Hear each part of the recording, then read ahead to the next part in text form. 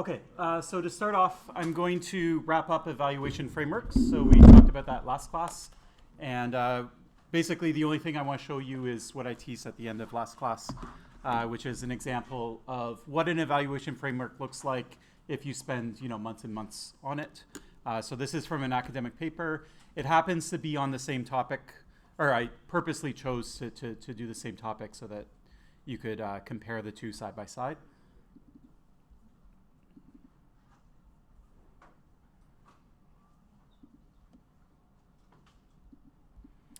So this comes from a paper called The Quest to Replace Passwords. And this was published at a very top conference in security, IEEE Symposium on Security and Privacy. It's a little old now, like 2012, so it's almost 10 years old, wow. And anyway, so they do an evaluation framework. First off, as I scroll through, you can get a sense of you can see that they define each of their goals, for example. So here's a security goal. And so they have about a paragraph, just saying what it is, right? And then if they would go to an actual system, then they're going to explain exactly why they rate it a certain way for every single property in every single system.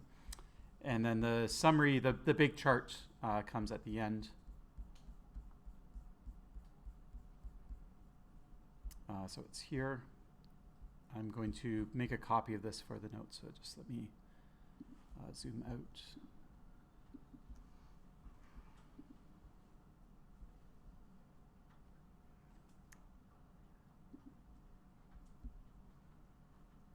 So if this is too low resolution, you can take a look at it in the paper itself. But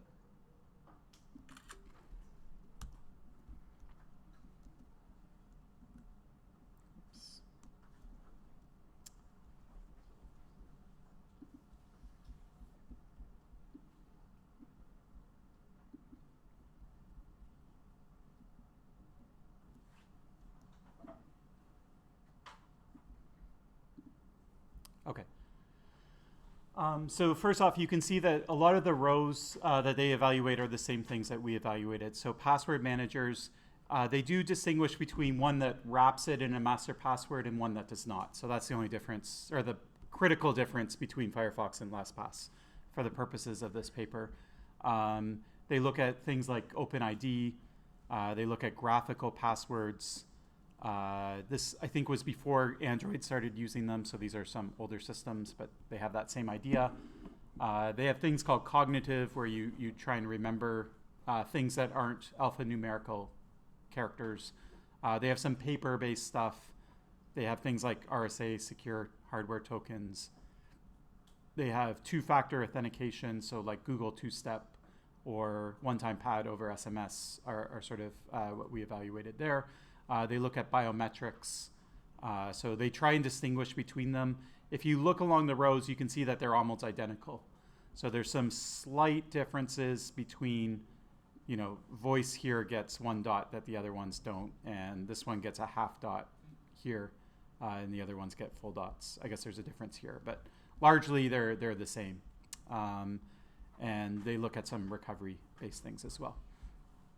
So they follow UDS. They actually proposed it, so that's where that comes from.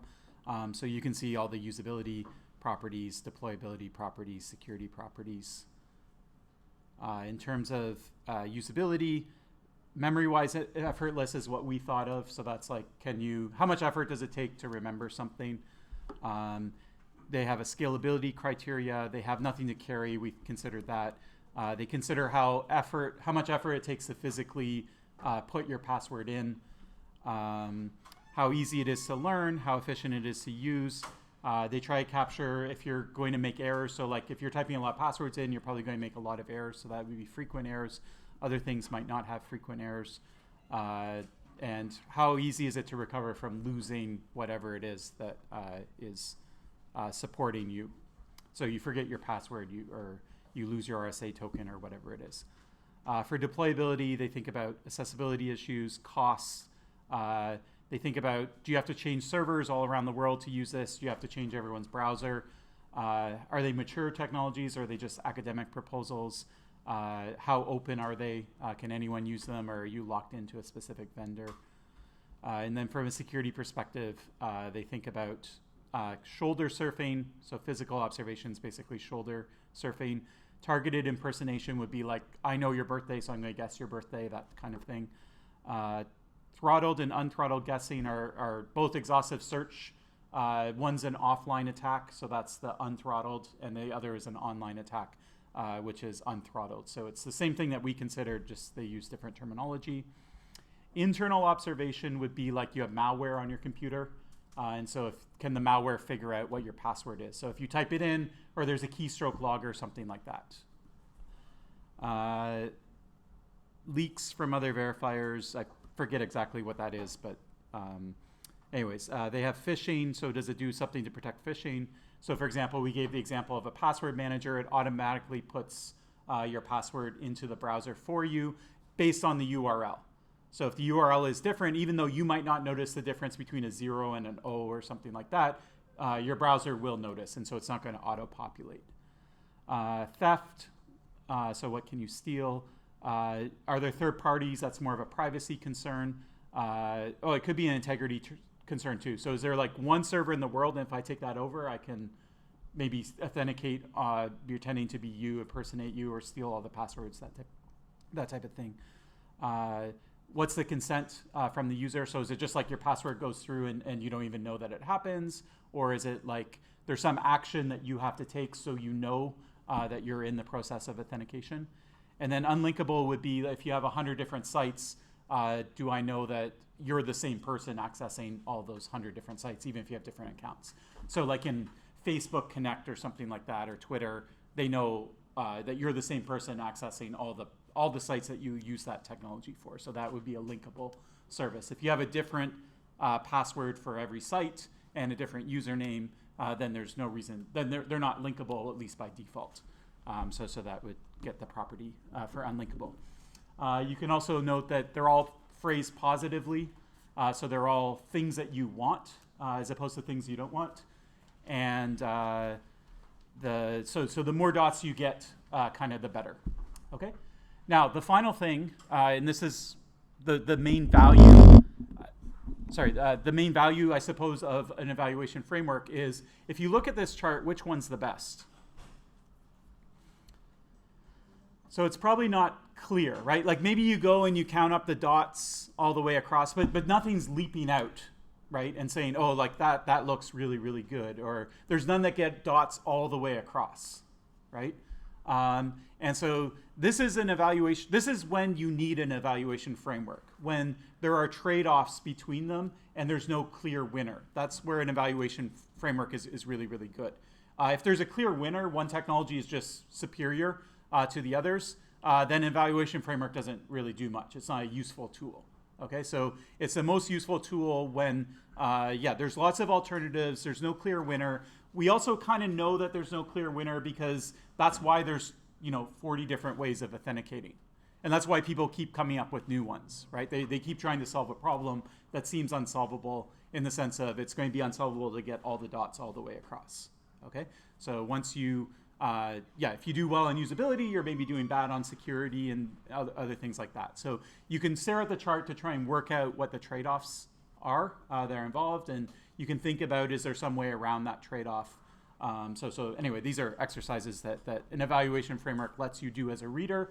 It's not preaching to you. It's not trying to tell you, oh, you should use biometrics or you should use Google two-factor. It's just like, okay, this is what it looks like.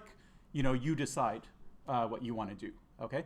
So that's another key aspect of an evaluation framework is it's very neutral, just presents you the information and you can decide. So maybe like you do not want a trusted third party, right? Like that for you is the most important property. And if you have a trusted third party, you will not use that service.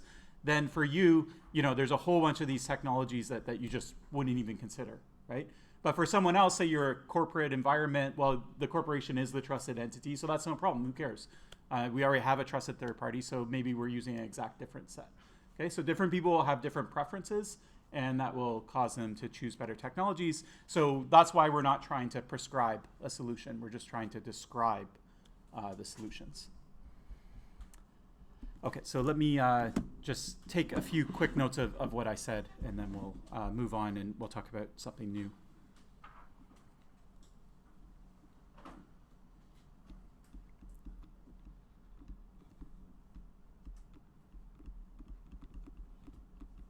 So basically, there's no solution, there's trade-offs.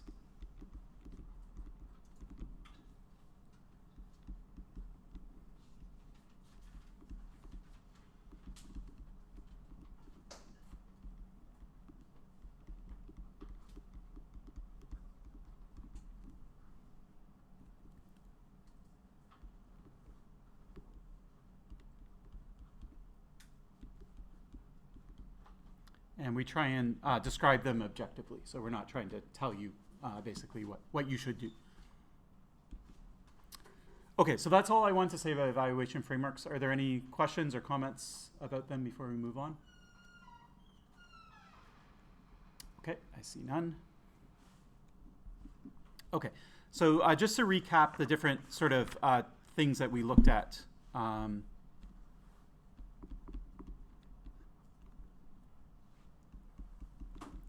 We first looked at stride.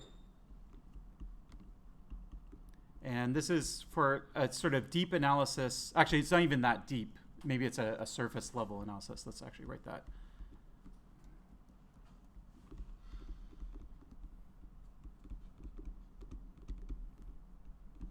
Of a single technology. I'll call it a solution. So just to be vague, like it doesn't have to be software or hardware. It could be whatever, a policy or procedure. An evaluation framework.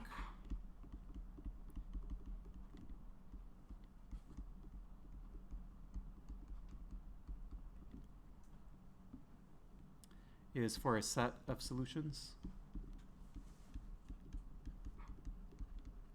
So you'll either be given one thing and ask, is it secure? Then you could use stride. Or you'll be given a bunch of things and said, which is the most secure? And then you could use an evaluation framework. Okay. An attack tree is going to be like stride. So it's kind of like, it's basically like stride, but it kind of does things a little differently.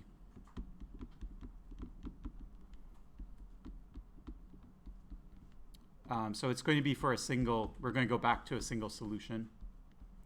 And the reason I teach these sort of out of order, it makes more sense, but we're going to spend a long time on attack trees. So just, I want to show you a few things before we get lost in the middle of attack trees. But so it's for a single solution, and it's basically a better organized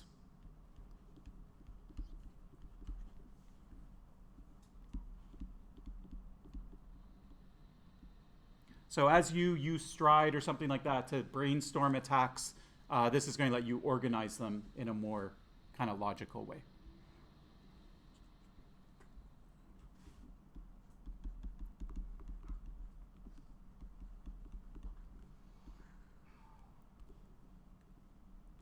So I call it structured brainstorming.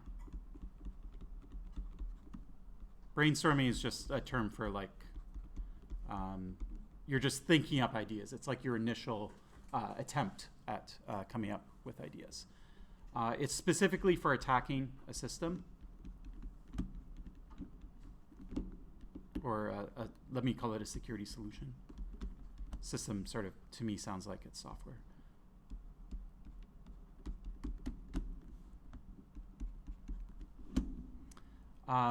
You're going to consider, you're not going to get hung up on, does this attack actually work? Okay? At this stage, you're going to think about even potential attacks. So there might be a vulnerability here if something went wrong, okay? And you're going to still include it. And then later you can go through and you can see which ones actually work, okay? But don't feel that you have to describe actual attacks, okay? So sometimes people distinguish between an attack tree and a threat tree. So a threat tree would be like all possible vulnerabilities, and attacks would be like vulnerabilities that actually turned out to lead to an attack, okay? So you can...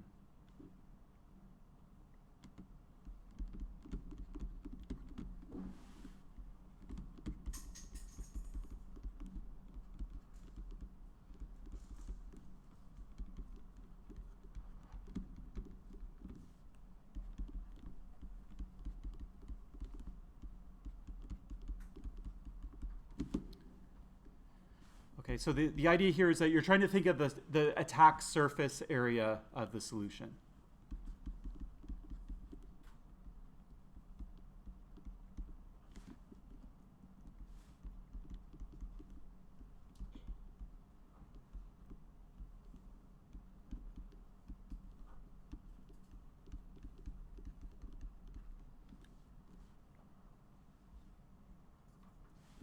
And the idea here, which I'll encourage you, and we'll consider an example, is the surface area, you want to consider it very broadly.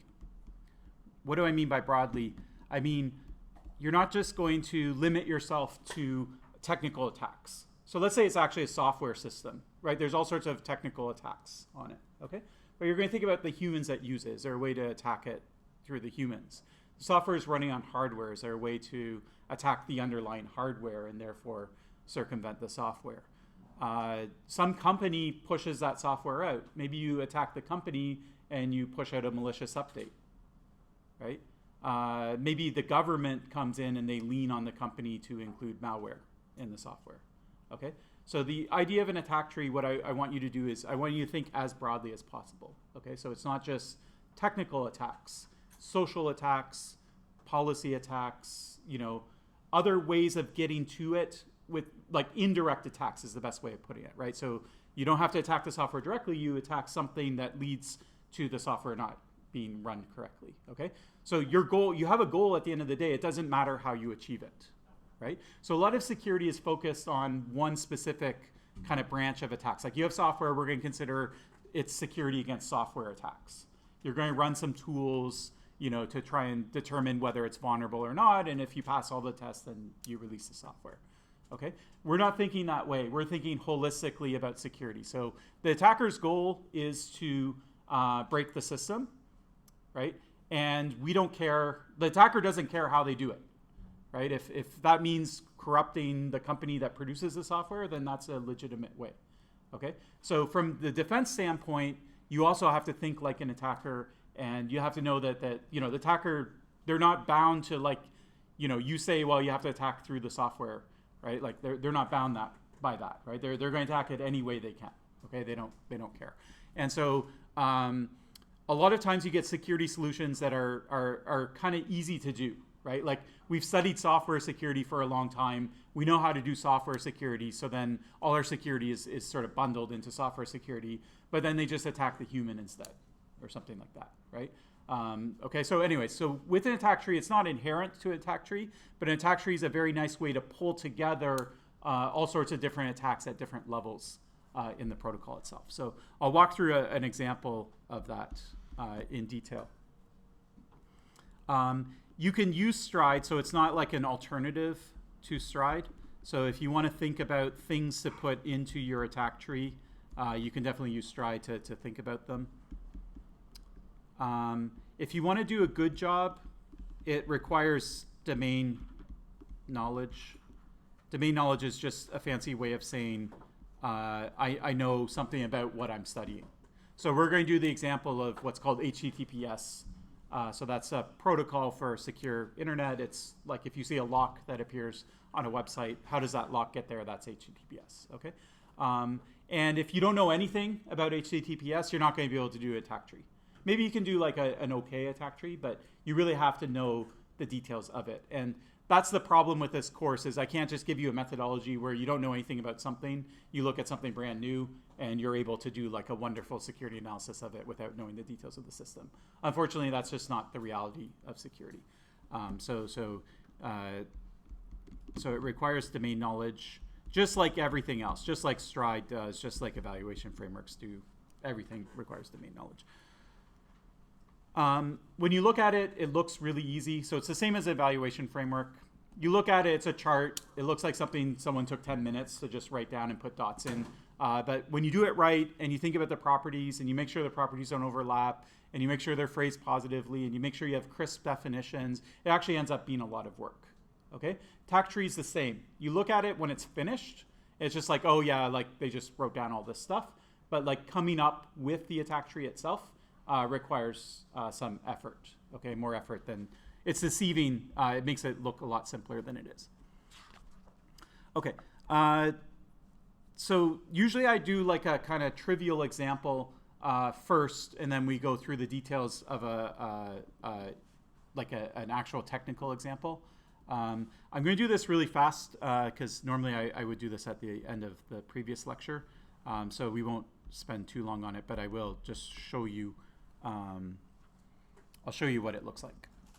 Okay, so an attack tree always starts with a root node. So first off, it is a tree. Okay, so you can imagine, a tree looks like this kind of thing.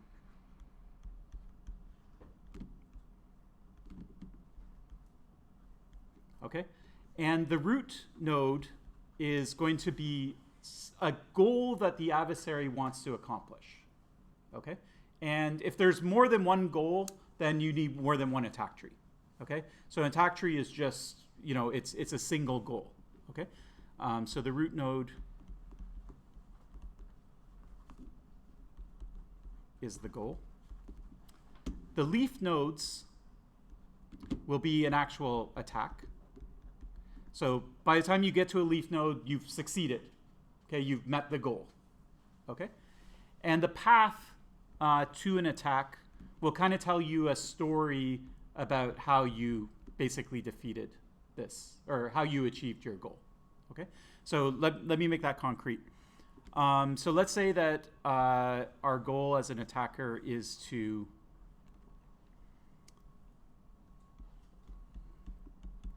leave a parking garage without paying.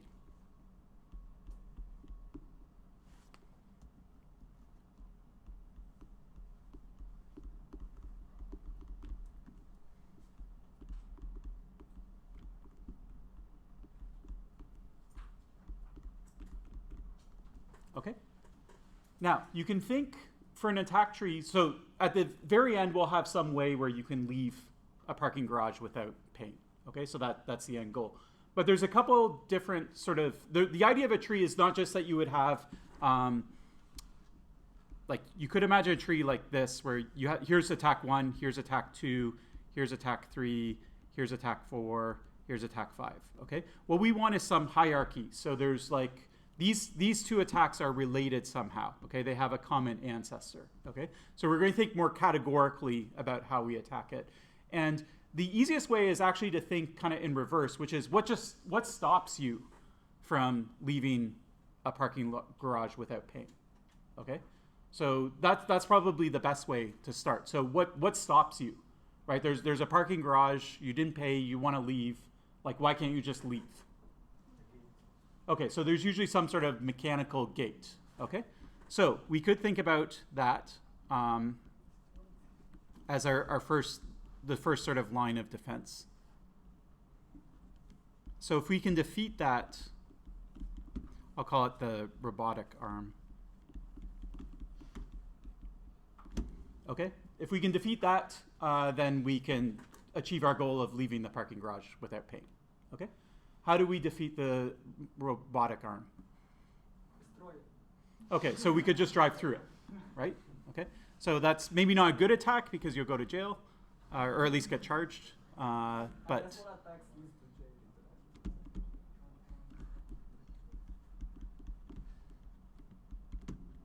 you could certainly drive through it. Okay, what else could you do? Say it again, louder. Pardon?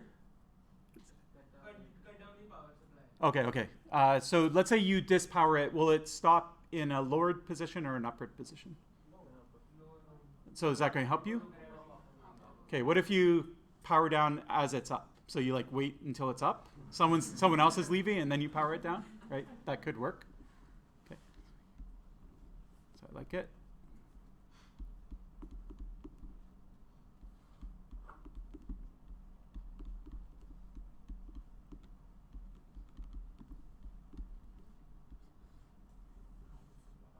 Okay. Yep. Okay, so you could tailgate, so you could drive right behind someone and they pay, and the arm goes up, and then you follow them right through.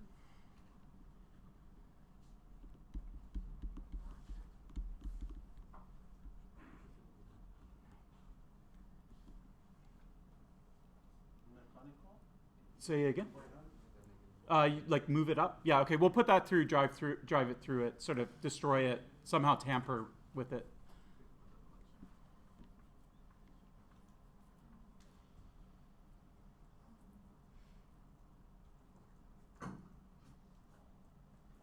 Yeah. Go ahead.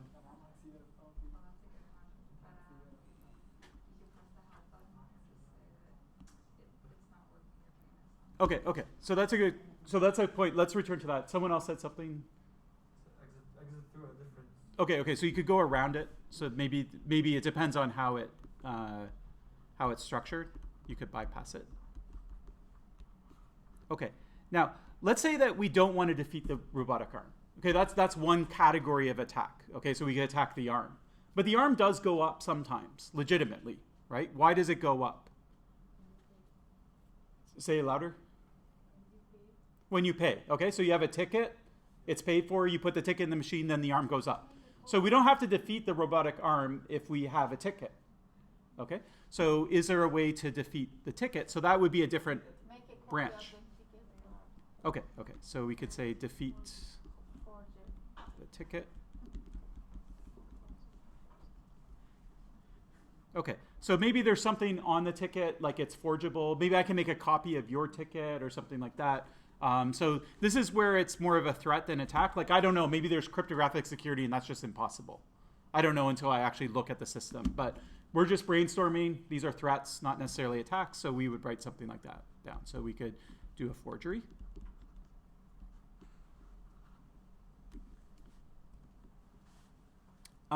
We could do social engineering.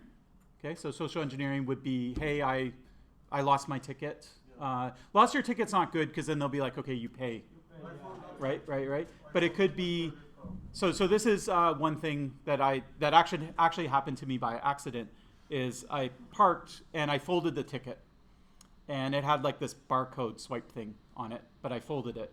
And when you fold it, then the machine doesn't accept it. So I went to the gate and I said, I'm sorry, I folded it. And then they just waved me through and said, who cares, right? So now I can go every week with a folded ticket, right? But if you try, so some attacks work once, right? They work the first time, but when they see you, every single day with a folded ticket, then they're going to catch on, right? So that's another thing. But you could damage the ticket.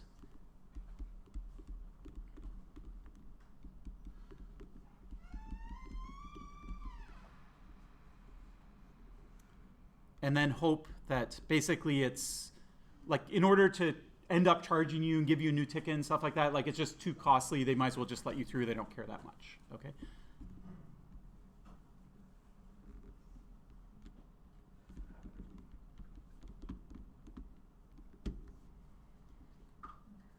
Now, how is it that they let you through? They press a button, or maybe they have a key or something like that. So there is something that opens the arm, right? Like the operator can. You don't need a ticket, right? So you could attack that. Yeah, so you could steal the key.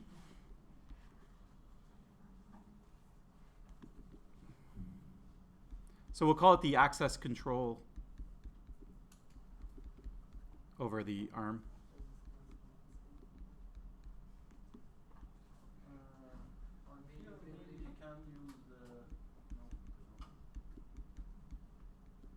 So we could seal the key, we could push the button. We could dress up like the person that works there, tell the person that's there that, oh, their shift is over, they can leave. And then when they leave, you push the button, and then you leave. I don't know. Yeah. Okay, sure. Yeah. So that sort of we captured over here. But yeah. Another way to defeat the ticket is you have to pay for it, right? So let's assume that you're not going to defeat the arm. So the arm's going to work correctly. The arm's working correctly because the ticket works correctly.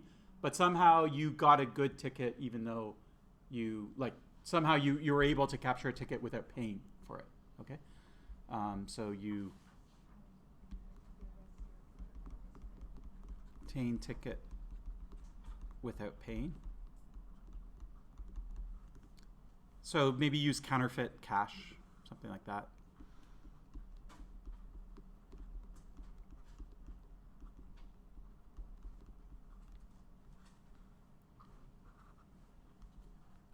Maybe you lie about it. You say, oh, it went through, but then it didn't go through, and no one can figure out whether it went through or something like that. So you repudiate. Remember in Stride, there's this idea of repudiation. Maybe you actually pay, and then you go to Visa and you cancel the payment. You say, oh, that's a fraudulent thing. I wasn't there at that time, like someone else paid it, something like that. So there's different ways of repudiating a transaction. What if the ticket paying machine didn't work? What would you do? You operate a garage, there's an arm, and there's something went wrong. Someone smashed the ticket paying machine with a hammer, so no one can pay. You probably just leave the arm up, right? Maybe you don't. Maybe you make everyone pay like as you go through. But yeah, so you could tamper with, basically we'll put as DOS the payment system.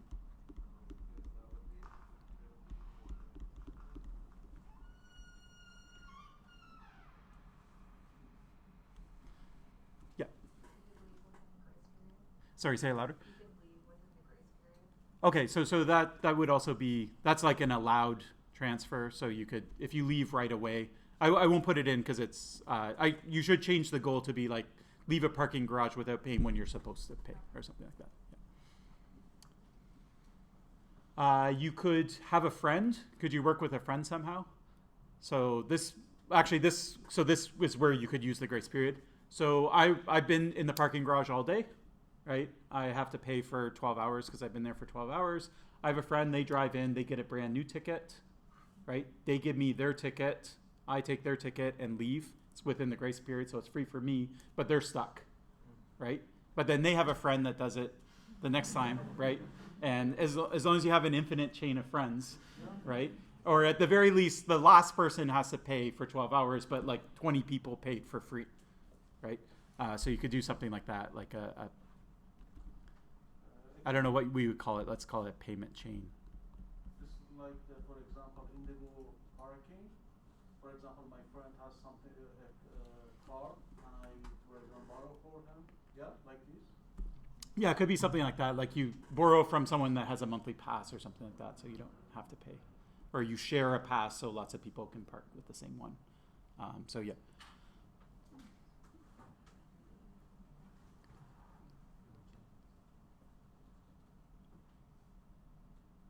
You could also just get a new payment if you, like, what if you just walked up to the machine and said, give me a new ticket? So you've been there for 12 hours, you have a ticket, says you were there 12 hours ago. What if you just walk up to the machine when you come in to the parking garage and you press the button and say, give me a new ticket? Why doesn't it work? So there might be a security camera, so you're going to get caught. Forget about that. Is there something else? Yeah. So it's somehow there's a detection, probably a weight sensor, right? So if you're heavy enough or you get enough friends and you all stand on the sensor, then you could push it. It thinks there's a new car, you get a new ticket, and then you leave. So you could defeat the weight sensor to get a new ticket. So anyway, so these are some ideas. I didn't do such a clean job of categorizing them. I just wanted to do this really quickly. You can look at the notes from last year if you want to see it. Maybe it's a little better organized. But anyways, this gives you the sort of intuition. And there's probably lots of other attacks you can think of, right? You could smash the walls or like whatever. You could have a car that flies, so you could fly over the thing, whatever you want to think of. Okay? But anyway, this is the idea of an attack tree. So the key ideas here are you start with a root node that's a goal. So the goal is leave a parking garage without paying. And as you travel to a leaf node, it should tell you a story of the attack, right? So my goal is to leave a parking garage without paying, but there's this robotic arm and it's going to stop me, so I'm going to try and defeat it, and I'm going to defeat it by tailgating the person in front of me. Okay, so that's like a complete story of an attack from start to finish. The tailgating is the end attack. And then you see, tailgating and driving through it, they're kind of the same, right? They're related. They both have to do with defeating the robotic arm. Whereas stealing the key, or actually like using counterfeit money, that's like a really different kind of attack than tailgating someone, kind of. So some of these attacks are closer related than others. And by putting them into this hierarchy, it helps you try to see if there's other attacks that are possible, right? So once you get the idea of I got to defeat the robotic arm, then you think of 3-5 ways of defeating it, right? So it just helps you structure your brainstorming. So that's why it's called structured brainstorming. Okay, questions about this so far? Yeah. Is the attack tree always 3 levels deep? Or is it No, just at once? no. So it could go as deep as you want. Now, one thing is that sometimes you, it's hard to know when to stop. Like you're like, okay, I'm going to attack the terminal, the ticket terminal, and I'm going to attack it by putting malware on it. And then what are all the kinds of malware attacks that I could do? Then you could have a whole attack tree of just malware attacks, right? And so you want it to be useful basically for the audience. So you're delivering this to someone. It's going to show the breadth of attacks that they're vulnerable to, and they probably don't want you to go like 100 nodes deep, even though that you could, right? So at a certain point, you sort of stop, or you say, okay, we're going to attack DNS to like defeat this, and like there's like a million ways. That's its own attack tree or whatever, like CV DNS attacking attack tree or something. So you'll see examples of that later, but yeah. So it's an art, not a science. There aren't hard and fast rules about when you stop, but anyways, you can definitely go a lot deeper than 3 nodes. Okay, other questions about the high-level idea?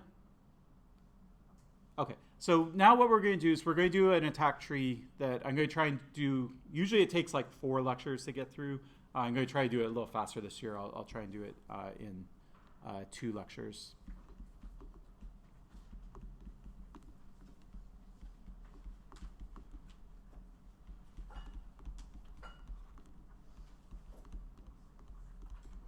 But I want to illustrate these concepts. Like this kind of looks like a toy. It looks kind of trivial or whatever. So I want to show you that it actually is useful to think about, and I want to illustrate the different principles of how you do it. So we're going to use an example called HTTPS. Attacking HTTPS is going to be the example that we use.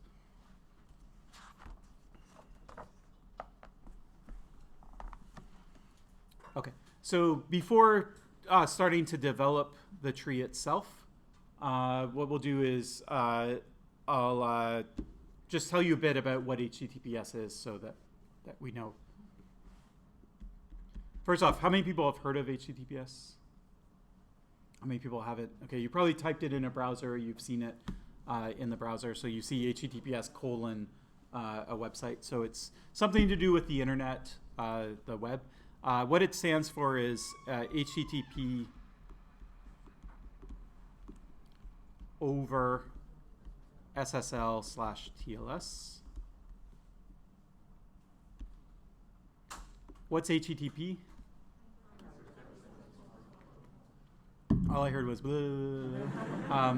Okay, so it's a protocol basically for sending web stuff around. So you can think of it as a website. So protocol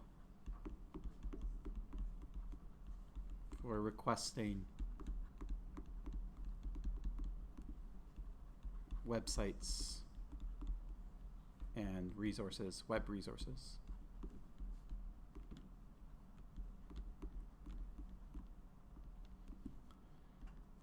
And SSL TLS is basically some cryptography. And I'm not going to require you to have taken 6110, so I'll try and explain the crypto. Actually, we don't really care how the crypto works. We just pretend it's magic. It works somehow. But it's basically some cryptography that's going to help us with this, with serving the website in a secure way. So SSL stands for Secure Session Layer. TLS stands for Transport Layer Security. Basically what happened is they changed the name. So it was called SSL originally, and then at some point they decided to call it TLS instead. So they're the same protocol. SSL is just the old version of the protocol. So it came out in the 90s. Netscape, which was like kind of like what Mozilla Firefox is now. They were like an old company that did. They were one of the first browsers. So it was Netscape. They had Navigator, and then Microsoft came out with Internet Explorer. Those were the 2 kind of early browsers. And so they came up with a standard. They call it SSL. For reasons that are too complicated, there was no SSL version 1.0. It just started at 2.0. And then there was 3.0. And then instead of 4.0, they changed the name to TLS 1.0. And then there's 1.1, 1.2, and today we're on 1.3.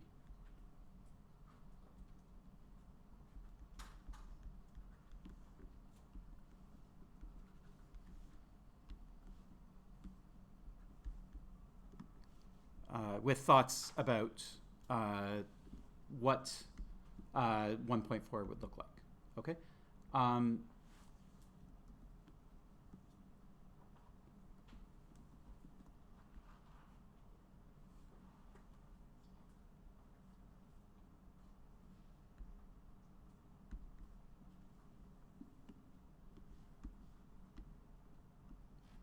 In terms of where web servers should be today, they should be like basically here. That's not a great color.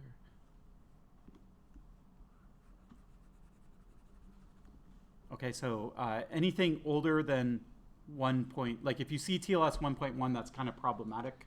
We won't go into all the details of the different attacks on it, but this is where servers should be. So I'd like to see at least 1.2. It doesn't have to be 1.3. 1.2, there's not like any major vulnerabilities that we know about. 1.3 would be great yeah. And who decides it? It's basically a negotiation between the browser and the website. So the website will say, hey, I support TLS 1.3, and the browser will say, well, I only support 1.2, then you'll end up doing 1.2. Or the browser, usually you keep your computer up to date, so your browser probably has 1.3, then it's up to the server. So is the server, does Concordia have 1.3 deployed? Maybe not, maybe they only have 1.2. I'll show you how to check. But yeah, okay. What it looks like in practice.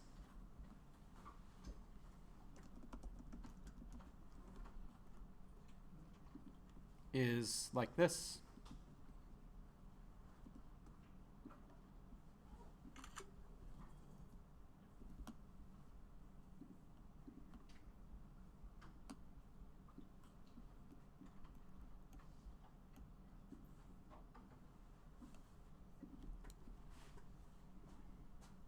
So you have a visual cue, meaning like a little graphic or picture or something that shows you that it worked, and that's basically the lock.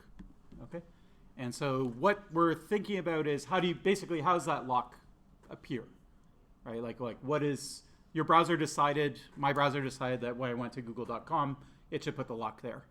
Okay, sometimes you go to websites and there's no lock. So what does that look like? Like who decides? So that's what we'll think about. The other cue is if I actually click on the URL, you'll see that it starts with HTTPS as opposed to HTTP.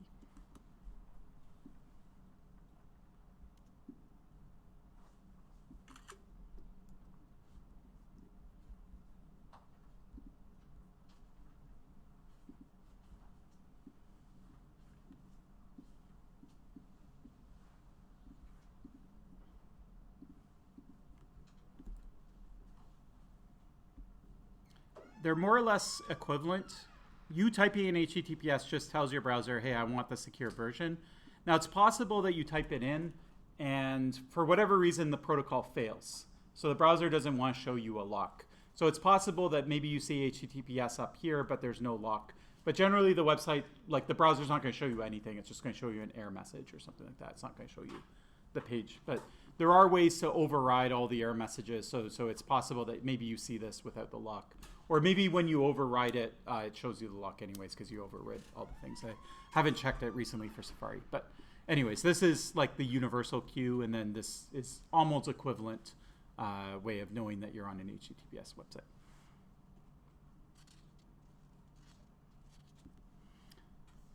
Okay, so the next question we can consider is how do you end up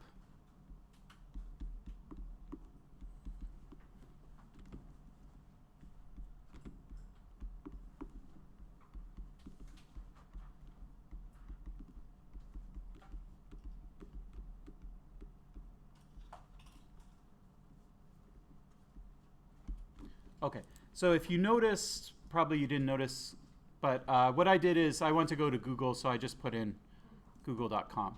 Okay. Now, when I click enter, does that go to, do I get the HTTPS version or do I get the HTTP version? Yeah, HTTPS, some websites. Okay, how do I know? Maybe this is a URL I've never typed in. It's a brand new laptop, just turned it on for the very first time, just bought it at the Apple store, never gone to this website before, and I type in, and maybe it's not Google, like a world famous website, maybe it's Concordia, you know, a not so famous website that Apple doesn't care about.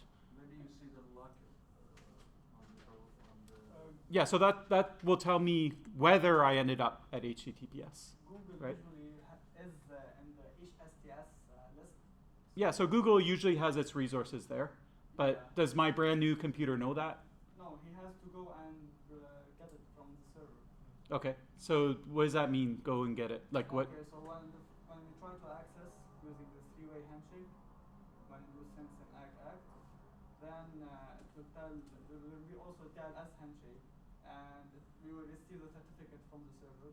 Okay, that's too much detail. I don't care about certificates. So as soon as I get a certificate, then we know that I want to go over the locked version, right? Yes. My question's a little simpler. How did I even know that I wanted to get a certificate?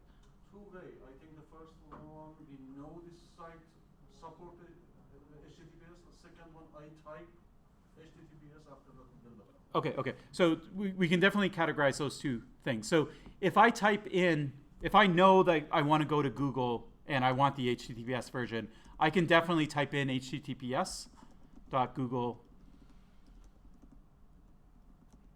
Okay. And in that case, I end up at the secure version. Okay.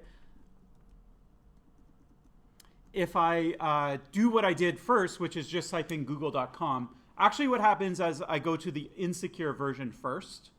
The website Google says, hey, I want to redirect you to the secure version. And then my browser says, fine. And then it goes and it asks for HTTPS. Okay?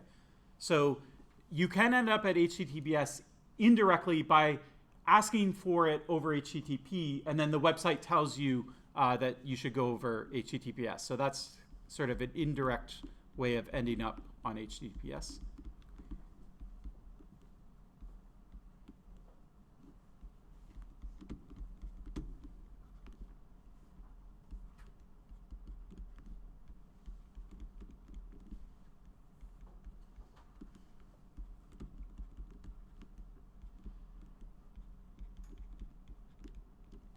Okay, why do we care about this distinction? Well, think of there's an adversary on the line. Okay, so there's an adversary between me and the website. I go to the HTTP version. They can see everything. There's no security. And then they see the website respond, oh, you should go to HTTPS instead, right? That message is not secure, right? Because we haven't established a secure connection yet. And so the adversary can just drop it, for example, if they wanted, right? So anyway, so these are the small details that will matter. Now, if I do it directly, right, so the user types in https:// then the adversary doesn't have that chance. Okay, it's going to immediately ask for the secure version, and they won't be able to redirect it. So we'll come back to that attack, but this is just why I'm putting such a fine detail on it. The other way that you end up on HTTPS websites is because well, first off, how do you end up on websites, period, right? Like, say you want to buy something, like not something you can get from Amazon, like some special thing that you don't think Amazon would have, okay? You don't know the store's name that you're going to buy it from. You're not going to type it in directly. You're going to go to Google and you're going to search it, and then Google will give you a bunch of links, okay? And if Google gives you links, then Google decides, hey, are they going to send you to the HTTPS version, or are they going to send you to the HTTP version, right? So that's up to Google themselves. So let's say I want to buy, I don't know, soccer jerseys.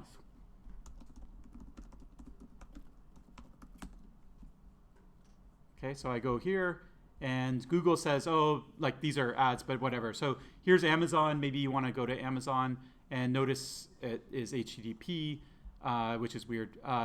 here maybe billets.ca, but here it's going to redirect me to HTTPS.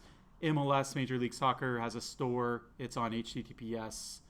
And so you can see that Google is making this decision. Now, these are all e-commerce sites. Almost universally, e-commerce sites use HTTPS. That's not necessarily true of other sites. There was a big movement about 4 or 5 years ago to push everything to HTTPS, which we'll talk a bit about why that happened. But anyway, so you could end up at HTTPS websites because you were linked to it. So you followed a link.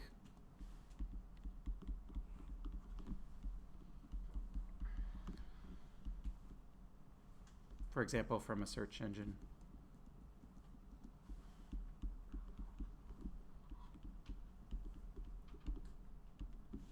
And how did Google decide that you should go to HTTPS instead of HTTP? Right? So what Google does is basically they had to come up with a policy, right? So first they have to see whether the site even supports HTTPS. If it does, then it's an option. Then they have to decide whether to use the HTTPS site or the HTTP. So they have some policy that they build into their web scraper. I'm sure that nowadays it's like if you can go to HTTPS, it will link you to HTTPS. It wasn't always that way. And sometimes it just came down to personal knowledge. Like Wikipedia for the longest time had an HTTP version and an HTTPS version. HTTPS is slightly more expensive. You're doing some crypto, so it's a little more expensive. And so Google just knew that if they sent all the Wikipedia people, like everyone that's searching Wikipedia, if they sent them over HTTPS, it's going to be a problem for Wikipedia. And so that's like someone at Google knows someone at Wikipedia, and they just sort of arrange that Google is going to redirect you to HTTP, even though there is an HTTPS version there. Okay, so there's not always technical reasons for why you end up on HTTP or why you end up linked to HTTPS as opposed to HTTP. Could just be like people know people and things like that. Okay, now when you go on Wikipedia, you go to HTTPS. Once again, there was a big move to push everything to HTTPS, and so at that point, Wikipedia said, okay, start sending traffic to us over HTTPS. Maybe you take down your HTTP site so you don't even offer one. That would be a clear signal to Google that you want to be served over HTTPS. And there's fancy things you can do, like you can put in your responses in the header, like saying, I only want to be accessed over HTTPS, and you should remember that for the next 3 months and not ask me again, and things like that. So anyways. So I'll put that in. So your browser...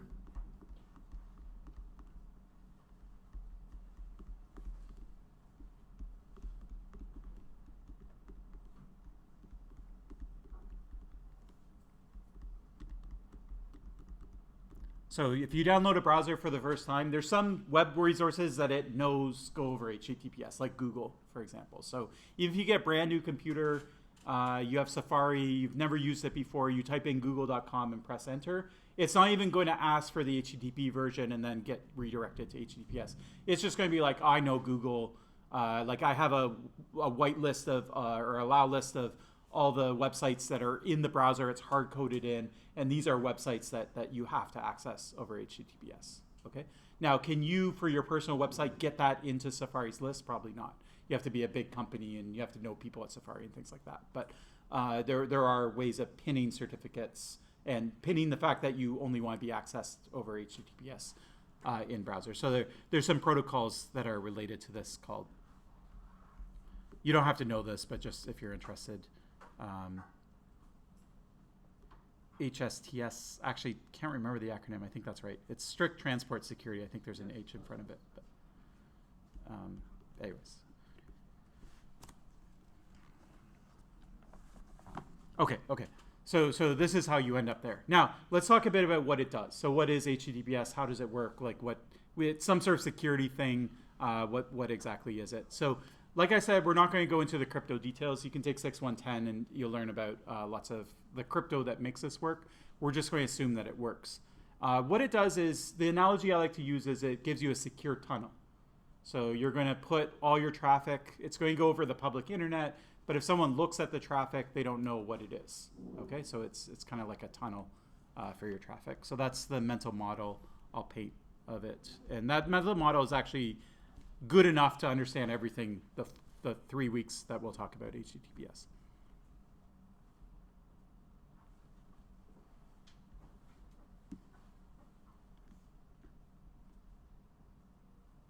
So this is the basic picture. We have a user. We have a website. And we have this like kind of tunnel that the data is going through. And so anyone that accesses the tunnel doesn't get to see the data itself. Okay, it's like impenetrable. And so what that means is it's not a problem if we want to introduce an adversary. Okay, so this is a protocol that should tolerate an adversary. I'll put devil horns on the adversary.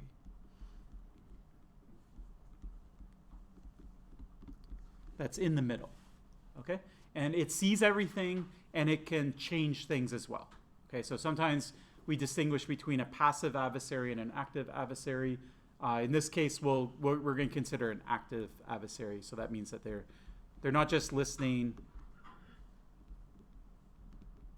Sometimes we will, like specific attacks, I'll say, oh, this is something you can do that's secure against a passive adversary. But generally speaking, we're not going to limit ourselves to a passive adversary. So a passive adversary would be someone that just listens. Why, if you have a computer that's sitting in the middle, why would you just listen instead of actively changing things? Like, why would you limit yourself to be a passive adversary? And so the answer is usually that, A, maybe you don't have a computer that's in the middle. Maybe you just have like something that's like sniffing the wire, like the electric signal or something like that, like you're tapping the wire. It could also be the case that you only go back, like you're recording everything today, but you're not going to check it for a month. And so when you come back a month later and you look at all the logs, it's too late to like insert messages because those internet connections are all over. And so an active adversary, you would have to be, you're active in the moment. So you'd have to decide what you're doing. And a human can't do it, like these things move too fast. So you'd have to program what your attack strategy is. And then you would have a server or a middle box sitting there and it would implement that. So anyways, that's the kind of adversary that we'll think about. We won't limit ourselves to a passive adversary. Okay, now the tunnel has 3 goals.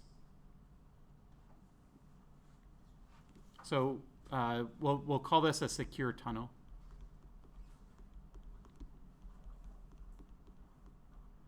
So that's the sort of analogy.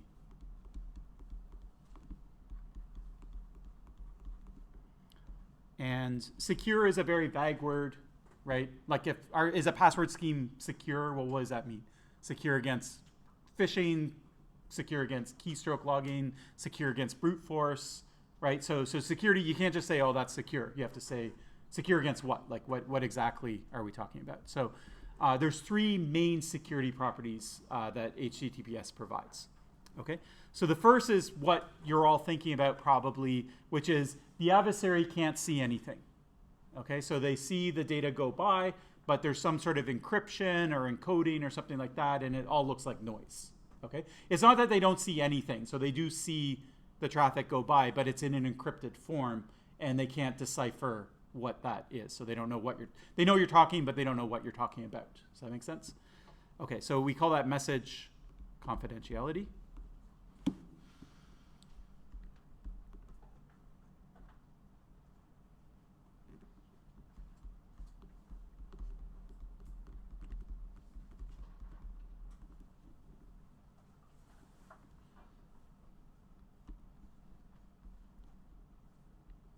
Sometimes I just spell things wrong.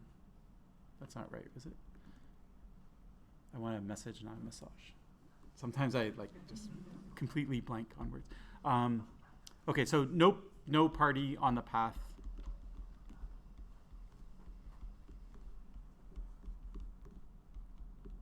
Learns what the data is.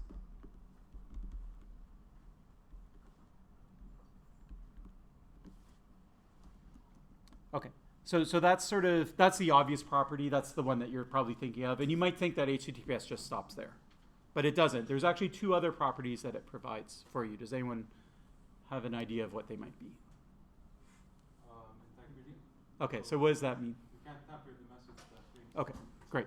So not only does it hide it, it also makes sure that if it's modified, it can't stop you from modifying it, but what it can do is if it is modified, you can detect it.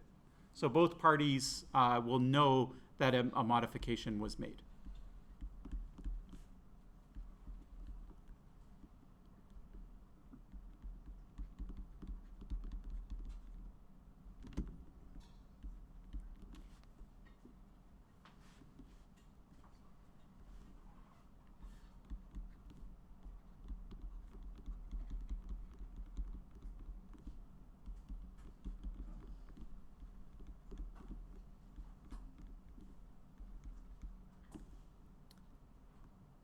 I'll use the term data. Message data, I sort of mean the same thing. We're not distinguishing really, but it's better.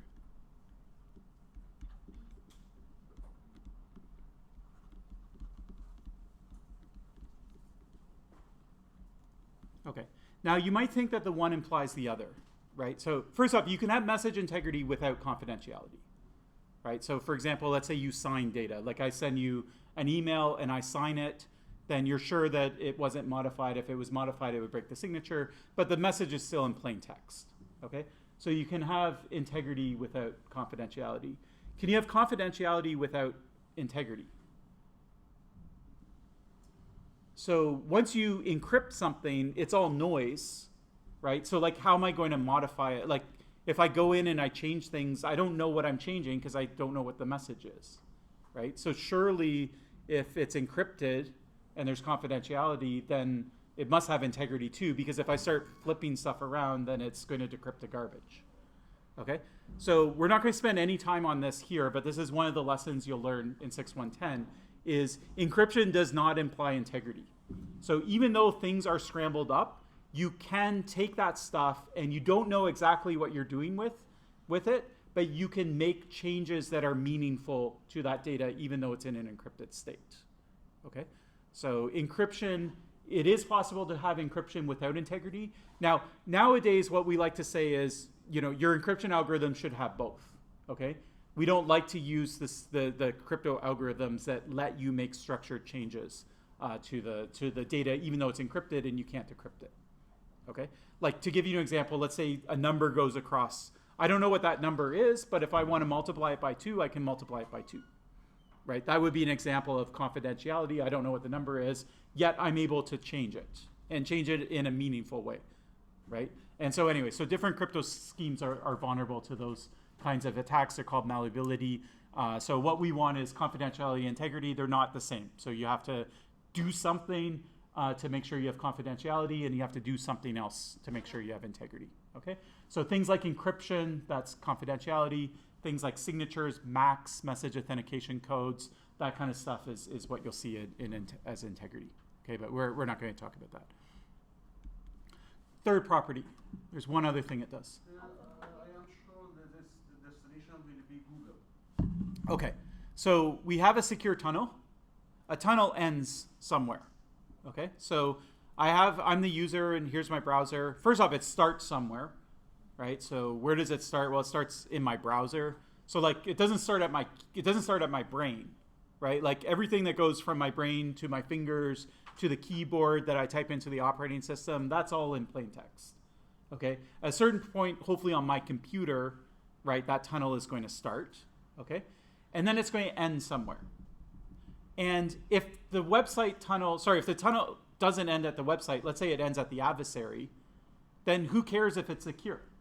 Then yeah, I have a tunnel and it has message confidentiality and message integrity to the adversary, right? Like that doesn't help me, right? Like all that strong crypto isn't doing anything for me because the adversary can just look at the data because the tunnel ends with the adversary, okay? So I shouldn't say the most important, but an equally important property is you got to know where that tunnel ends. If that tunnel ends at your computer, like say you have some malware on your computer, so your browser's happy because it's like I'm throwing this stuff in this, I have this secure tunnel, I'm throwing the data in it, so I'm happy. But then the tunnel ends like before it even leaves your computer, you're in trouble. If it ends at your Wi-Fi gateway, right, then you're in trouble. If it ends somewhere in the middle, you're in trouble, okay? So how does the user know that the data it's dropping into this tunnel, supposedly to Google, is actually ending up at Google, right? Like Google, the company in Mountain View, California. Like how does it figure that out? Okay, so we call that server authentication.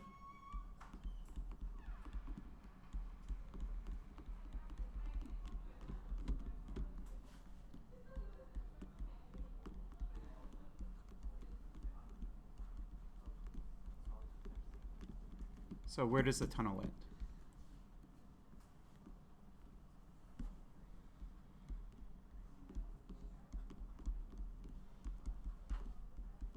It's useless if it ends at the adversary.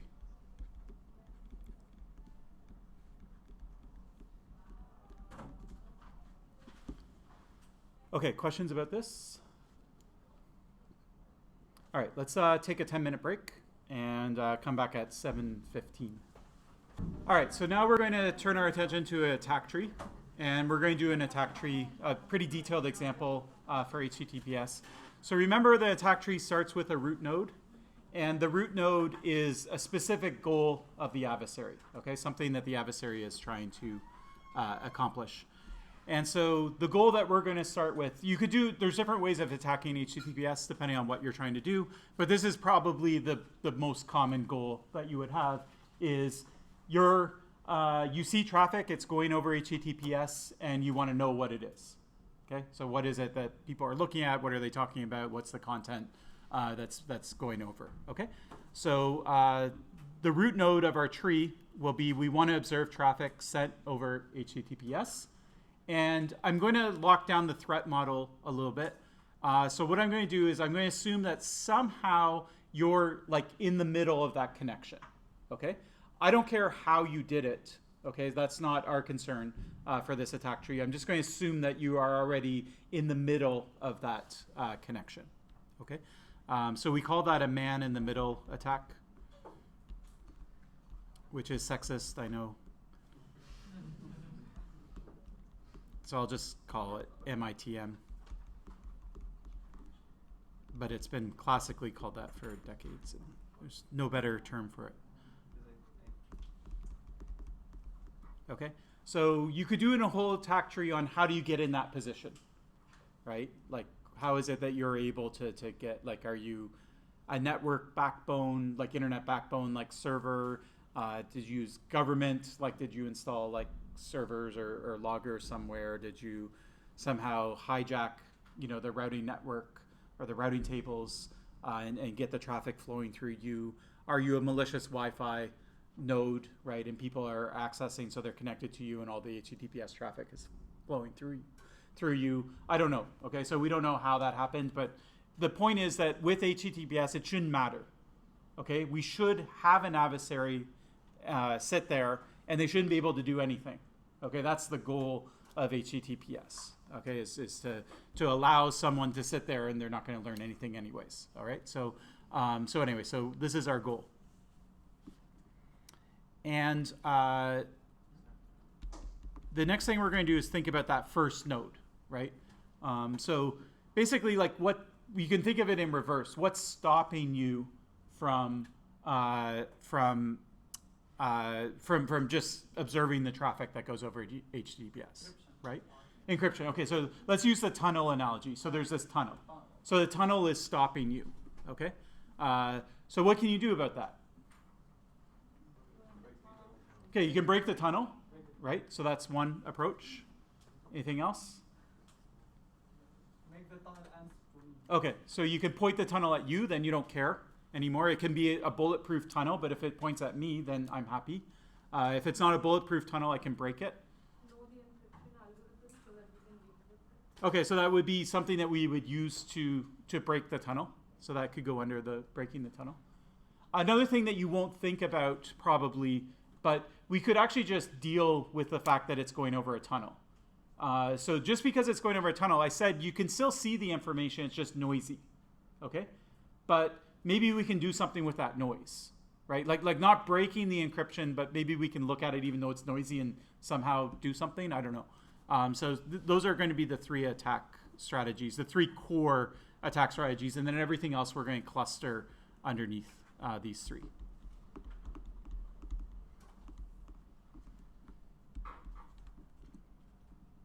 Okay, so the first one is we're just going to inspect from outside the tunnel. So we're not going to try and break it. We're just going to say, maybe we can learn something even though it's going over or through this tunnel.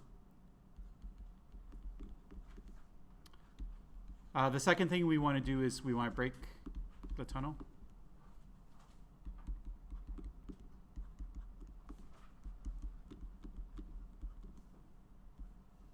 And the third thing is we want to get the tunnel pointed at us. Okay, if we can do that, then the tunnel can be bulletproof, but we will still learn everything because the tunnel ends at us.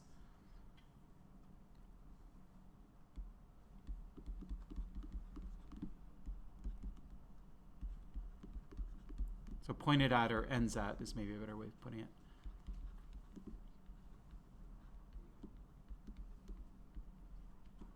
Okay, so when someone goes to google.com, maybe we pretend to be google.com. Okay, then they're happy because they think they're connected to google.com, but they're actually connected to us.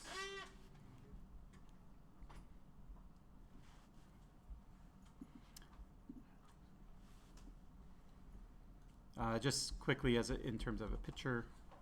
So we have this secure tunnel.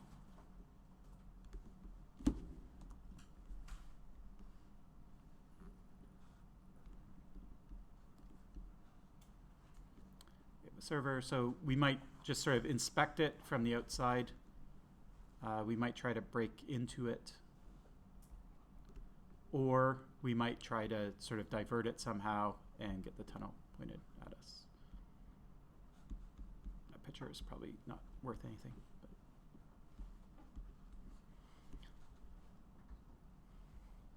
Okay, so let's just go through these in order. I'll show you sort of what the attack tree looks like, so don't get intimidated, but there's a lot of different things. Some of these we'll talk in a lot of detail, some I'll tell you about it and not tell you any detail. But you can see that the goal is to observe traffic sent over HTTPS from a man-in-the-middle position. And then the first three kinds of attacks are we're going to break into the tunnel. Sorry, they're in slightly different order, but basically we're going to break into the tunnel. I'll be more precise about what that means.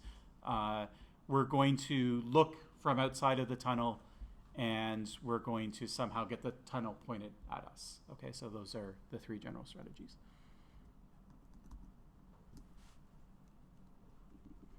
Okay, so let's start with the first one. So we'll inspect from outside the tunnel.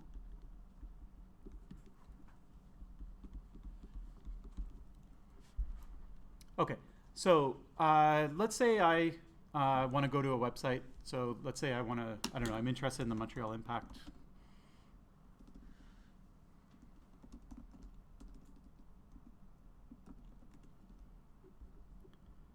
And I want to learn more about them, so I'm going to go to Wikipedia. All right, so this is great. So I'm on this Wikipedia page. It's telling me a lot about the Montreal Impact. And you can see that it is served over HTTPS. Okay, so that my request for this website went over HTTPS, and the page came back to me over HTTPS. Okay, so let's pretend you're an adversary. You're sitting in the middle. Okay, so you see this connection, you see this stuff go back and forth, but it's protected because it's in a secure tunnel. Okay, so what can you do? Ideally, you can do anything. You have no idea what I'm looking at. Okay. But it turns out that that's not exactly true. So let's just think about it in pictorial form.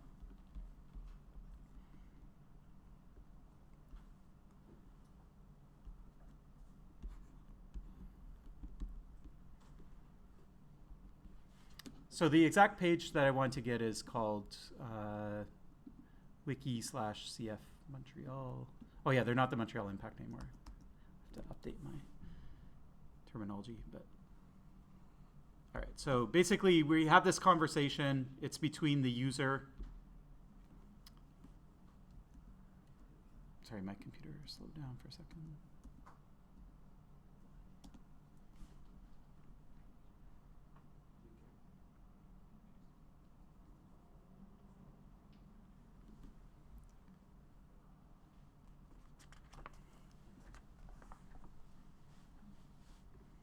And the request that I send is called a GET request. It doesn't matter for the purposes of anything. And then it has a page, which was like /wiki/cfmontreal or something like that. Okay, and this happened over a secure tunnel, and then I got the page back. So I got a response.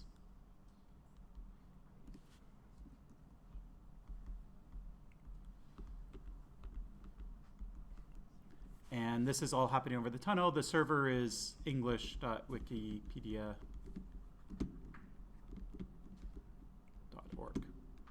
Okay, so this is sort of the picture of it. And I didn't draw it as a tunnel, but just to emphasize that these two things are secure.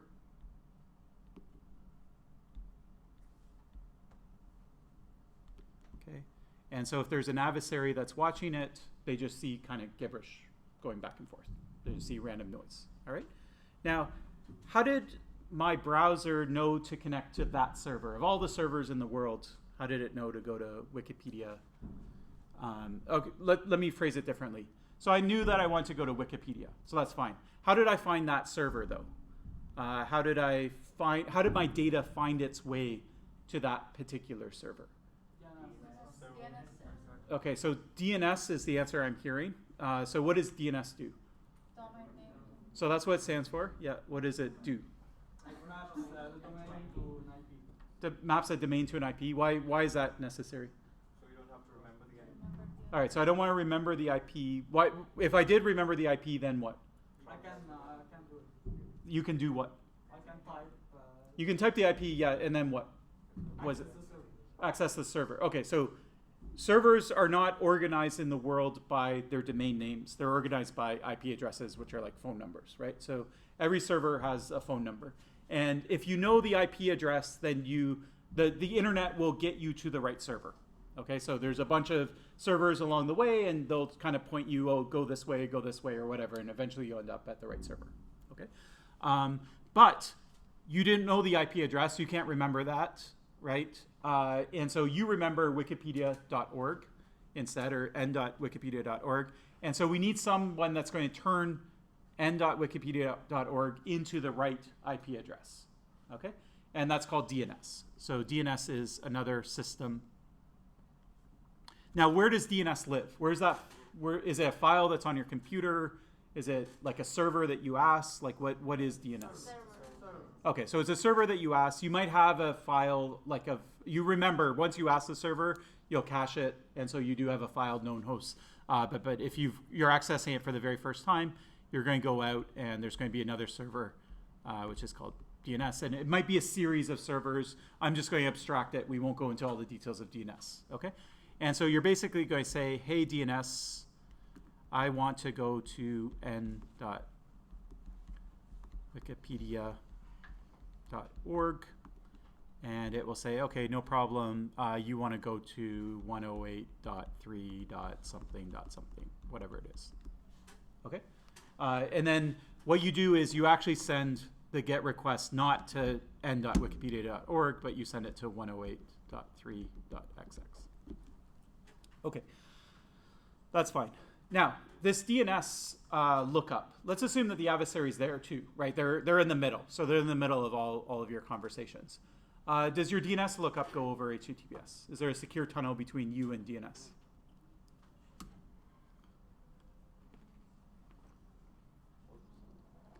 Anyone want to guess? It doesn't matter that you don't know the answer. It's either yes or no. How many people think yes? It would be absolutely critical that, that there would be encryption there, because otherwise everyone would be able to see every website that you're going to. So who thinks yes? Who thinks no? Even though it's absolutely critical, for some reason people didn't bother to put encryption there. So the optimists and the pessimists. The pessimists win. It is not encrypted. Okay, so this is not secure. There was a movement that's sort of partially deployed called DNSSEC. That adds integrity. So you basically have two problems. One is, does someone that's sitting there looking at your DNS server so they know what websites you're interested in visiting? So that's one problem that you have. That's a privacy problem. And then how do you know that IP address you're getting back is right? right? Like, how do you know the adversary didn't just switch it to their own IP address? Okay, so that, and HTTPS is meant, we'll talk about this later when we talk about where the tunnel ends. It's meant to be resistant even if the adversary changes the IP address.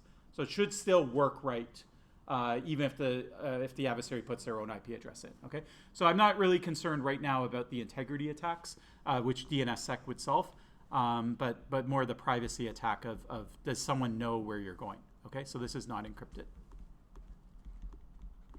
Okay, so I go to Wikipedia, and I'm looking at Montreal Impact.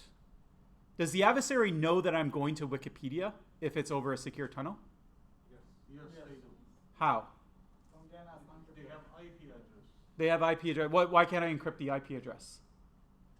Is the IP address in the tunnel or is it outside the tunnel? I have an idea.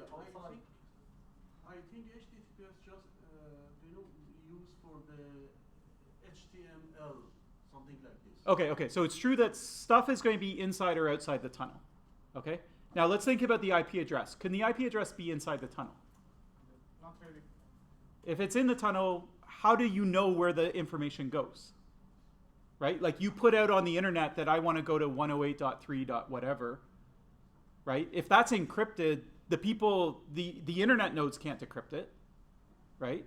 Like the only person that can decrypt it is Wikipedia. So this tunnel, it's going to end at Wikipedia. So they're the only people that can decrypt it, Only the message right? encrypted, not the header. Okay, so there's going to be some headers or meta information that is not going to be encrypted, okay? So what we're dealing here is a sort of complicated scenario where it's not like everything's encrypted. Some stuff is and some stuff isn't, okay? One thing that cannot be decrypted is the destination, otherwise there's no way to route it. Just think about it like a letter. You put it in the mail. You have to have the address on the outside of the envelope. Otherwise it's not going to end up at the right person, okay? Maybe you can't see what's inside the envelope, right? You don't know what the letter contents are, but you do know that somebody is mailing someone else, okay?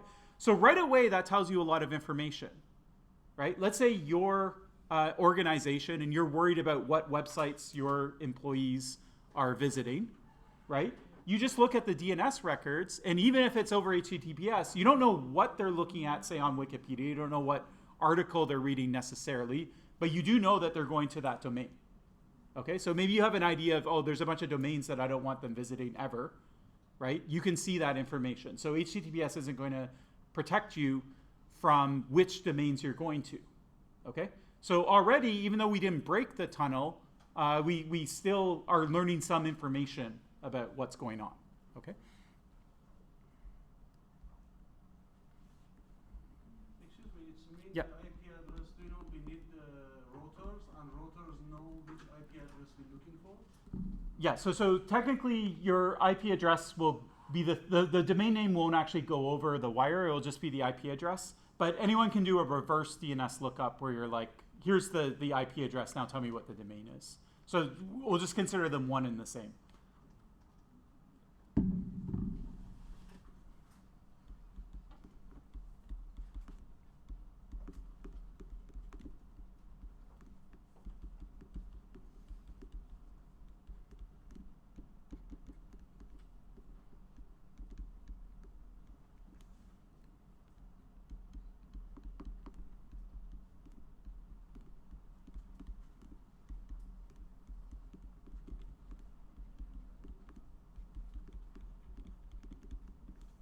So yeah, so domain name, or well, I'll consider it sort of interchangeable with IP address. So we'll assume that you can use DNS to either turn a domain name into an IP address or turn an IP address back into a domain.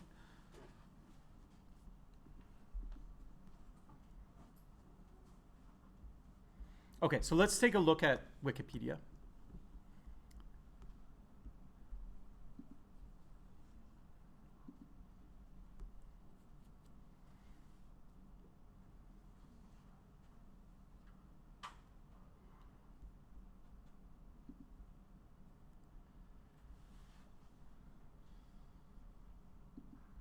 All right, so I'm going to reload this website. So I just downloaded the website. So it went over and it came back. And you can see that we have the base page here. Whoops. this. I won't click on it, but you can see the very top line. Maybe that's a little small, I apologize. But the very top line is the actual HTTP document, right, that I received. You can see the lock, so that means it came over a secure connection. It came from the server, wikipedia.org. The type is, it's a document, HTTP. There's the size of it, how long it took to download, and things like that, okay? Now, you can see that that's not the only web page that comes down. When I ask for this, there's a bunch of other stuff that comes down. So there's some JavaScript. CSS is it does the layout of the website, like what fonts it should use and things like that. You see PNG, that's an image type. So there's all these pictures that come down and things like that, okay? So mechanically, how does that work? So what happens is you going back to the diagram, let me just move this down to make room. So you get back this root page, CF Montreal, and it's HTML page, okay? And the HTML page will say, oh, go get this JavaScript file, right? Because I want to use it. And go get this image and put this image here, right? Or go grab this JavaScript and run it, okay? So you don't just download one resource, okay? When you download that first resource, at least on the modern web, you start pulling in a whole bunch of other resources as well, okay? So when you download this, and those other resources might be at different servers, okay? So for example, you'll see that all of the pictures, they come from a server called upload.wikimedia.org, okay?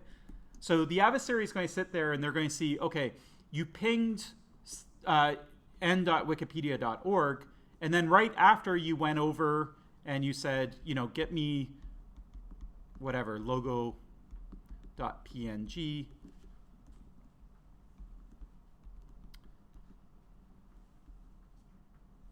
From another server, upload.wikimedia.org, and then the image went back, right? Okay, now, what's covered by HTTPS? So is the fact that the person went to upload.wikimedia.org, is that covered by HTTPS? Or would someone in the middle know that that was the server that you were going to? No, they know the server. So they know the server, so that is not covered. What about the fact that you're getting logo.png? That is covered, okay? So I don't know what you're asking for. I just know that you're going there and you're asking for something, okay? Then I see the response. So the actual image comes back, okay? Is that covered under HTTPS or not? Yes. It is, okay? So that's protected by HTTPS, okay? Now, what if the initial request to Wikipedia goes over HTTPS? I download the HTML website and it says, go get this PNG from upload.wikimedia.org, but don't use HTTPS. Go grab it over HTTP. So we can see it. Okay, so it's true. So then when the response comes, you'll see it. You'll see the get for the logo. You'll see the response, okay? You can manipulate the logo if you wanted. So that's something the adversary could do. They could change it and then the logo would get put in. Here's another question. Do you see the lock on the website? No. On the website, the main website, yes. But if you went into the inspect element, you don't see it. Okay, so in inspect elements, you definitely wouldn't see it. But would the overall site Yes, you will see it. show you? So what that means is I download a website and an adversary could change all the pictures on the website and it's still showing me the lock telling me that I have an end-to-end secure tunnel to Wikipedia. Is that what you're saying? I think Google Chrome doesn't show it, but Firefox should. Okay, so there could be differences between the browsers.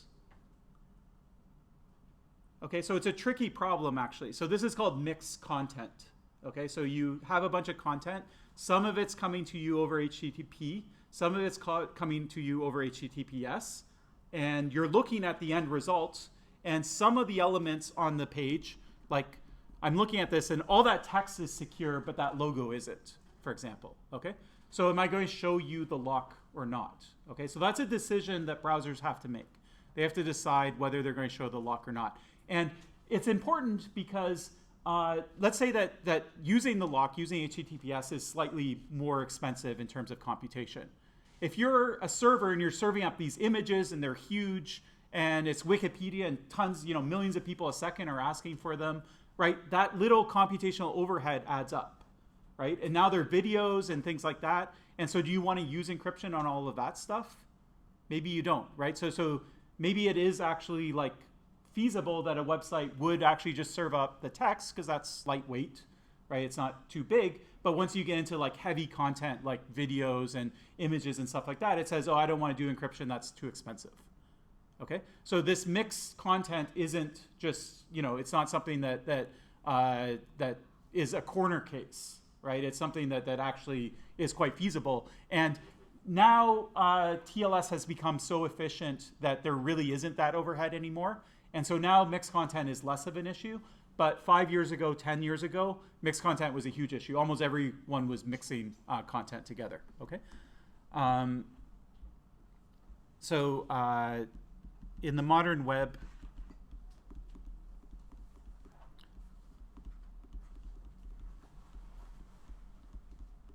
modern websites weave together resources, and they might come from different sources. So Wikipedia is very clean because all of their stuff comes from Wikipedia. It might be a different domain name, but it's not like they're pulling stuff from Facebook and Google and things like that. But other websites too, you can pull stuff in cross-domain, right? So you could go to pull in an image from Google and pull in an image from Facebook, the like button from Facebook and some script from Facebook or whatever, okay? So you're weaving together resources. They can come from different servers. Or think of IP addresses or domains, whatever way you want to think of it. And they may or may not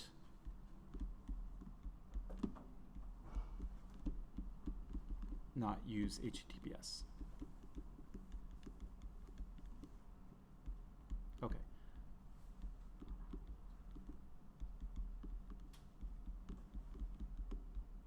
And so the question is, do we show the lock or not? And I'll also note that this whole thing is called mixed content. Now, there's been some evolution on this. So there was a time where it might show you a warning. Or there were even some logos where it would be like a lock, but there would be a cross through it. And so if you clicked on it, it's kind of like there's a lock, but then when you click on it, it'd be like, oh, there's mixed content, blah, blah, blah, blah. But now websites are actually pretty particular about it, and they actually make a very simple decision. So it goes like this. This might not be completely up to date. I should maybe double check it. But they distinguish between passive content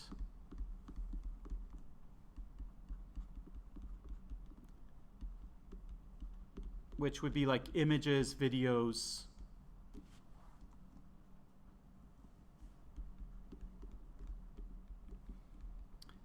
and what's passive? It means it can't change the website itself. So you downloaded a website, and the website is going to, it's showing you some information. It's telling you what other resources you have to go and download. Now, the resources that you pull down, could they actually change what further resources you get? Like, could you pull down a resource that then tells you to go and pull down a bunch of other resources? Or could you pull down a resource that rewrites the text of the website?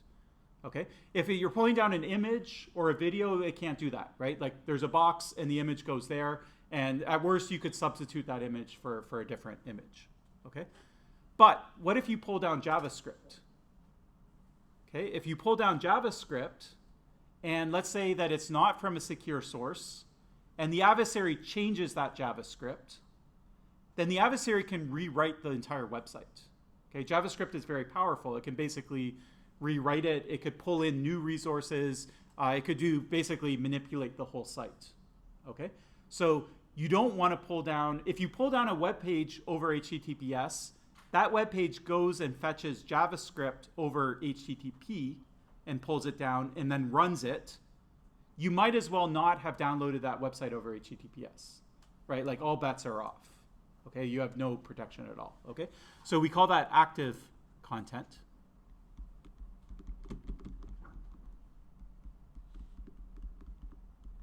So it could be things like JavaScript. It could be things like CSS. So CSS technically shouldn't be considered active, but for complicated reasons, it ends up being pretty powerful. And so it ends up being active. And then there's older stuff like Shockwave and Flash and other stuff that really isn't used that much on the web anymore. Okay, so anyway, these are examples. Okay, and so basically, to answer the question, do you show the lock? If it's just passive content, then yeah, you show the lock. Okay, but if it's active content, then you don't. And not only does just the web page load and there's no lock, it will actually throw an error or a warning. Okay. So it's no, and you're going to show a scary warning to the user. And they basically won't be able to access the website. Or you would have to go into your system settings and play around with stuff in order to actually see it. OK, so let's go back here. Let me grab this information. Okay, so I sort of got sidetracked. So there was the question of whether we show the lock or not. So that's one question. And then the other question we were considering is, what is it that's sort of in the tunnel and what's outside of the tunnel? Okay, so if I download this Wikipedia page,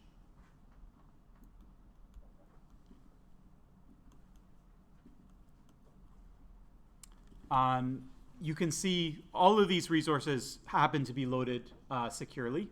Okay, so that's one thing. You can see different types, different sizes, and things like that. Okay, so let's go through these one by one. Is the load.php both the fact that I request that exact file and the content of that file, assuming that there's a lock, is that secure? Is that inside the tunnel or is that outside the tunnel? Okay, so this will be inside the tunnel. So this will be secure. Or inside the tunnel. Is the fact that I'm getting this information from wikipedia.org or upload.wikimedia.org inside the tunnel or outside the tunnel? Okay, it's outside. It has to be because otherwise my browser doesn't know where to get it. Okay, so the outside, or think of it as the outside of the envelope. Okay, there has to be an address on it. Okay. Is the fact that I'm getting a PNG file as opposed to a CSS file or a JavaScript file inside or outside the tunnel? So you can guess. I'm not expecting that you know these answers, but just think logically. Basically, try and think about, like, you want to put as much inside the tunnel as possible. So if you don't put it inside, there has to be a good reason why, like, it just won't work. Okay. So we know that, for example, load.php is inside the tunnel. Right, so the fact that it's a PHP file as opposed to a PNG file can be inside the tunnel as well, right? So this is going to be inside.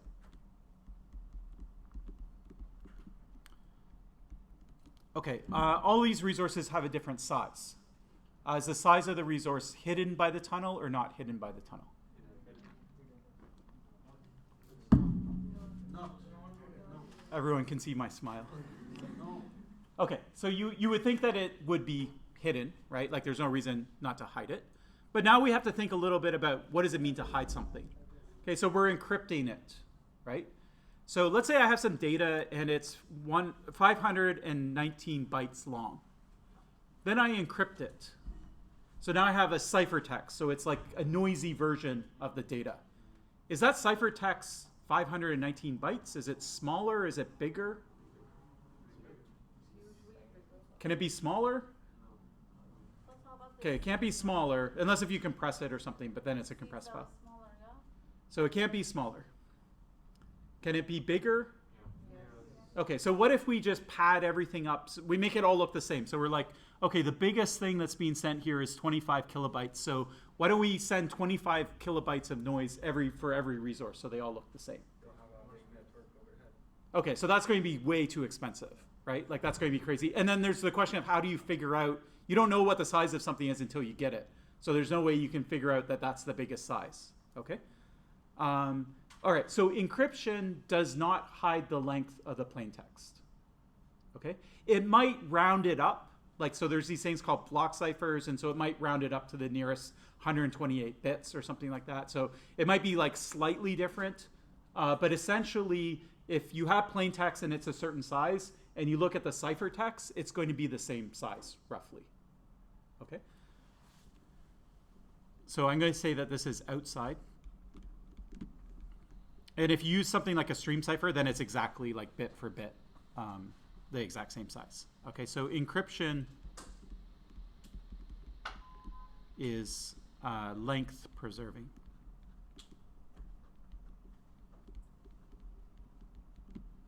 Meaning whatever data you're encrypted, the output's going to be the same size. Okay, so an adversary can see all of this information. How about how long it takes to download? So this isn't actually in the content of the message. This is just something my browser's telling me. But does the adversary have a sense of, you asked for this. I saw you ask for something. I don't know what it is, but you went over there and you asked for something. And then it wasn't until you got the response that you went and asked for something else. And the difference in time between that was a certain amount of time. Okay, so the adversary can see that. They can see the pattern of the interaction. So they can see, oh, you downloaded this website, then you went and downloaded 10 images. Actually, a better way of putting it is this. You went to this website, and then you got a JavaScript file. Okay, you didn't start downloading the images until you got the JavaScript file. Once you got the JavaScript file, then all of a sudden you're interested in downloading 50 different images from everywhere else. Okay, so that sequentiality of so that tells you that maybe the JavaScript was the thing that was causing you to go out and ask for all the images, right? Sometimes you just ask for everything in parallel. Sometimes you get something, you read it, and then it goes and tells you to go and get something else, right? So you can see that like this Wikipedia page, actually, most of the content comes down in the first second. Okay, so you can see millisecond, millisecond, millisecond. Actually, maybe this time statistic is meaning something different. But anyways, you can see sort of from the image here that, you know, there is some delay before other stuff comes down. So like this website, actually, let me show it to you live. Although I should empty the cache first. Anyways, you can see it's still downloading stuff, okay? Like it's been a couple seconds and it's still downloading stuff, okay? So websites aren't just like everything comes down instantly, right? It's sort of like it goes and gets something and then it pulls it down and then it goes and gets something else, okay? So all of that is also available to the adversary, okay?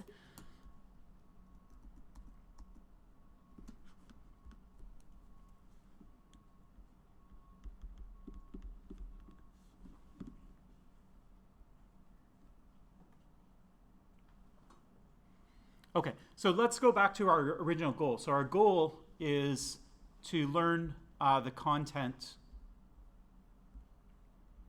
Observe traffic sent over HTTPS from a man-in-the-middle position. Okay, so I'm in the middle, and I'm going to inspect from the outside of the tunnel. So I'm not breaking the tunnel. All I'm doing is I'm basically seeing a chart like this, except for I can't see the first column, right? So I can't see this. I can see that there's a certain number of rows. I just don't know what's inside the rows. I can see this column. I can't see this column. And I can see the last two columns. Okay?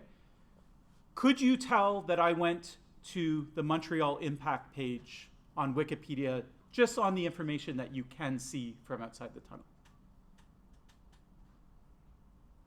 Can you repeat? Sorry? Can you repeat the question, please? Yeah, sure. So let's pretend this all happened everywhere there's a lock, right? Those are secure connections, okay? And you see that some stuff's inside the tunnel and some stuff is outside the tunnel, okay? If I showed you this chart, you know which website I went to. It's the very first thing, Yeah. right? Okay, but let's say I scrubbed out this column. So I deleted this column so you can't see it. And I deleted this column, okay? Could you still tell what website I went to? Yes. Yes. Okay, some people say no, so they're right in the sense that you can't tell directly. I don't know for sure what website you did. Now, the people that say yes, give me an argument for why. Usually downloaded files have metadata that say where it was downloaded from. Okay, So the question is, when I downloaded this particular website, I got, I don't know how many there are. Let's say there's 48 images. Okay? Does every Wikipedia article have exactly 48 images? Not 47, not 49, but 48. No. Okay? Is there more than one article that has exactly 48? Probably. Okay? So I can eliminate probably like 99% of the Wikipedia articles, right? Now Wikipedia is huge, right? They have millions of articles, and so even if I get rid of, if I left with 1%, that's still like hundreds of thousands of articles, right? Or thousands of articles, whatever. Okay, but how many of those articles have the first image that's basically 21 kilobytes? And then the second image on the website is 4.3-ish kilobytes. And then it has another image that's 1.1 kilobytes. And you go down the list with 40 images. How many of them have exactly 41 images and they're all exactly these 41 sizes? 3 or 4. Maybe that's generous. I would say like there's probably only one article. 70%, 65%, I understand what happened. It depends to me. Yeah. What can I search about it? Yeah, okay. So I'm going to assert that probably it's unique. With the Montreal Impact website is probably the only article or subdomain page on that, page on that domain that has resources that look exactly like this. If you count up the number of resources, where they come from, and look at the size of them, even though they're encrypted, there's not going to be another article like that. Okay? So we call that a fingerprinting attack.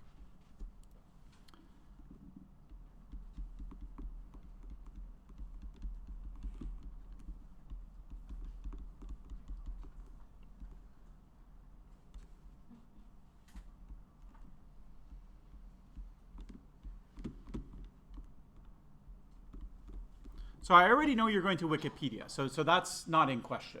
The only question now I have is, okay, what page are you looking at in Wikipedia? So how many pages in a particular domain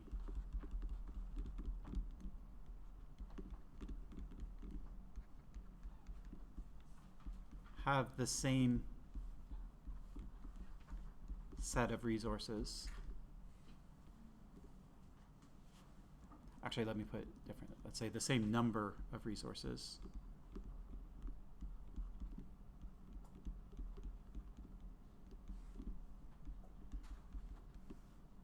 with essentially the same sizes.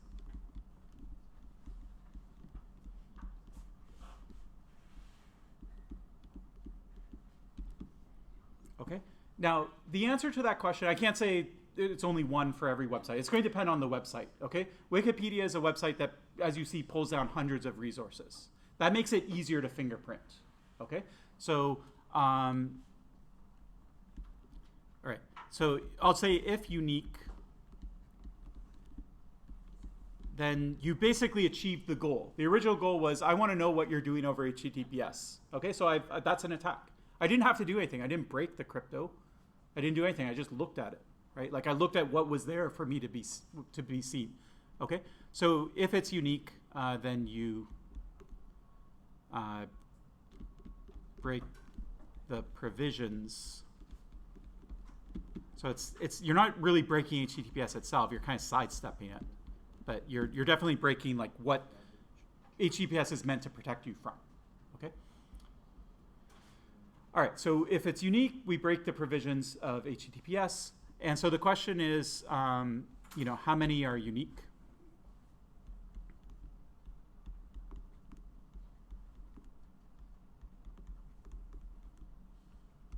And so you don't know. So some people did some measurements where they went to like the Alexa top 1,000 or something like that, and they wrote some papers. And basically the results are kind of like, I don't know. I remember them as being like between 80, 90% kind of thing. Okay, so generally speaking, you can fingerprint websites, okay?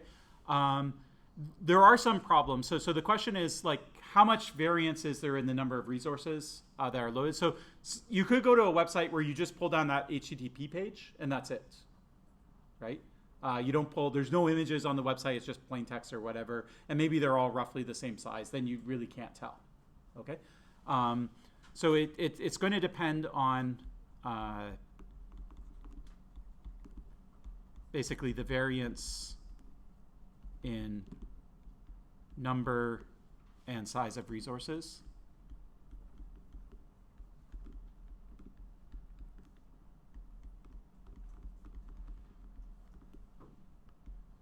Another thing that messes this attack up is you saw I cleared my cache. What does that mean?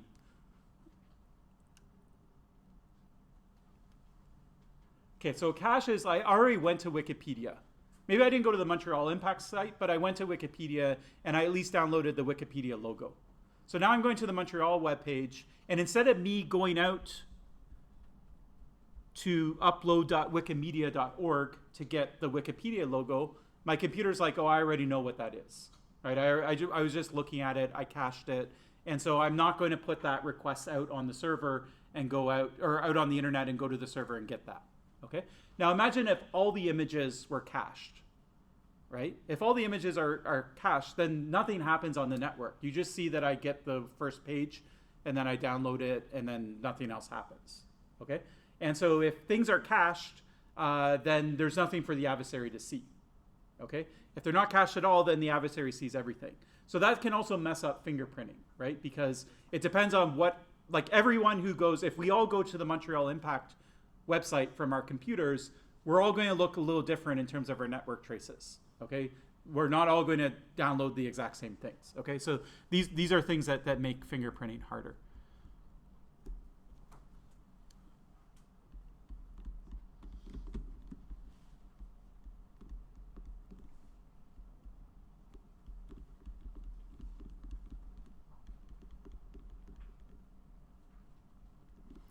The final point, and this is the most important probably, first off, this should be concerning, right? This actually is a pretty devastating attack when you think about it, because there's not much you can really do about it.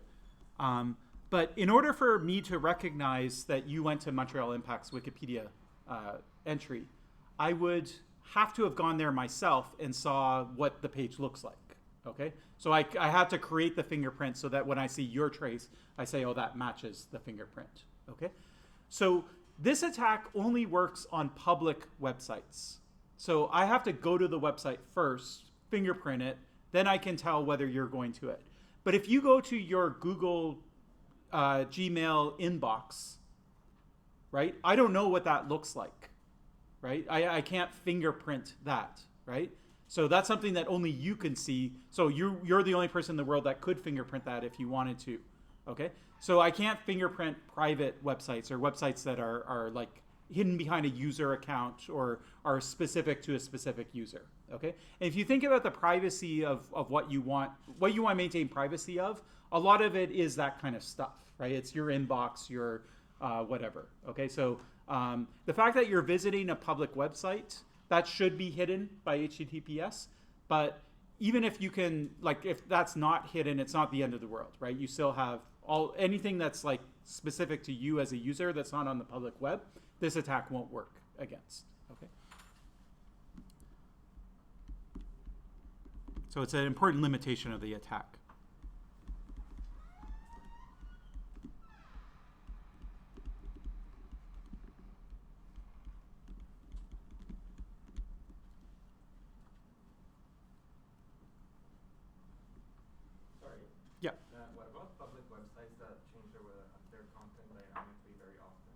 Okay, it could be that too. So in that case, you would have to keep your fingerprints up to date and things like that.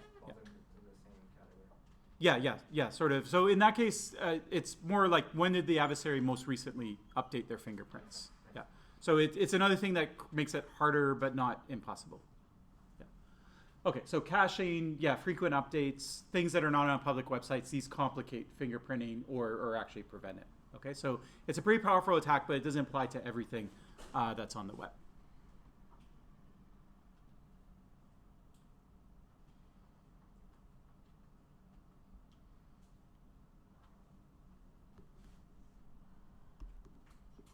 I'm just going to add a point here just so that from the same origin, because you get to see the originating server as well.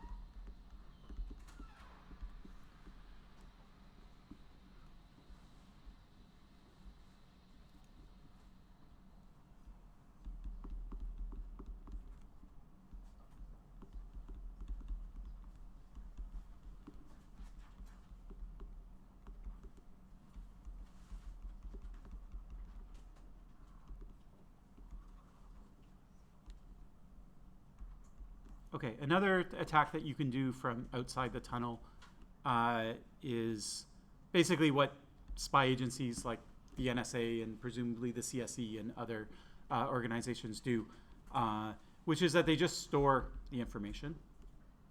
So they can't break the tunnel. So what do? They at least store it. So there's a copy of it. It's encrypted. They don't know what it is. And then maybe in the future they can break into it. Okay, so in 20 years, someone's going to develop a quantum computer and that's going to be able to break the crypto.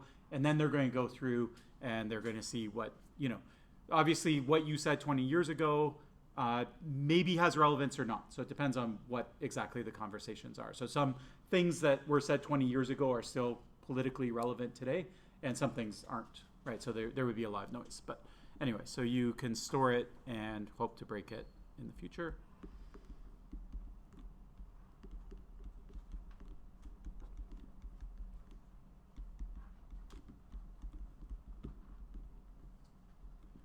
So we see like the infrastructure of spy agencies, like they're building these huge database like warehouses, or no one knows for sure what they are, but if you look at the facilities, it looks like it's meant to store live information.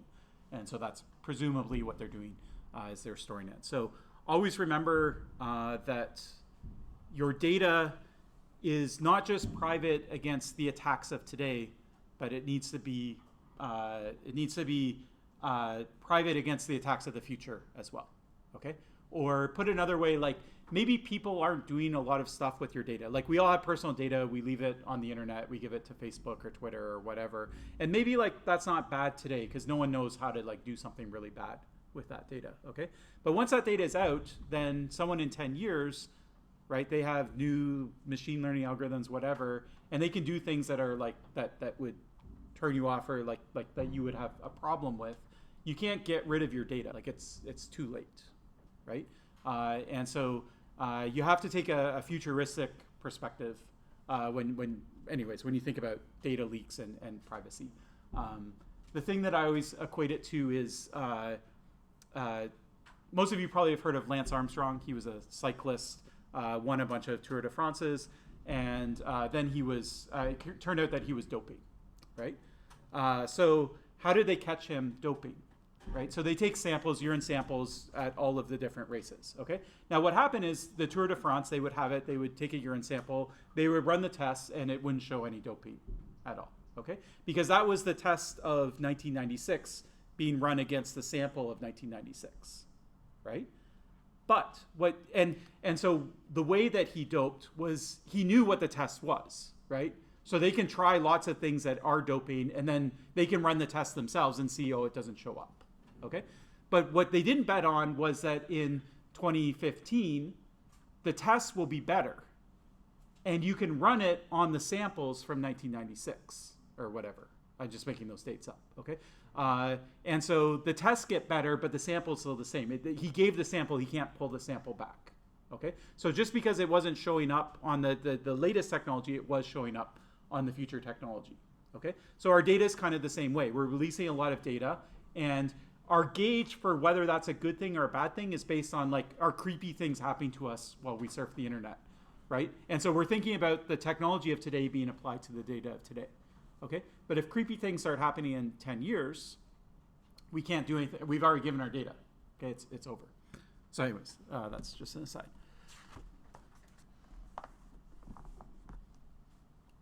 Okay, so the next kind of level of attack is you want to break into the tunnel.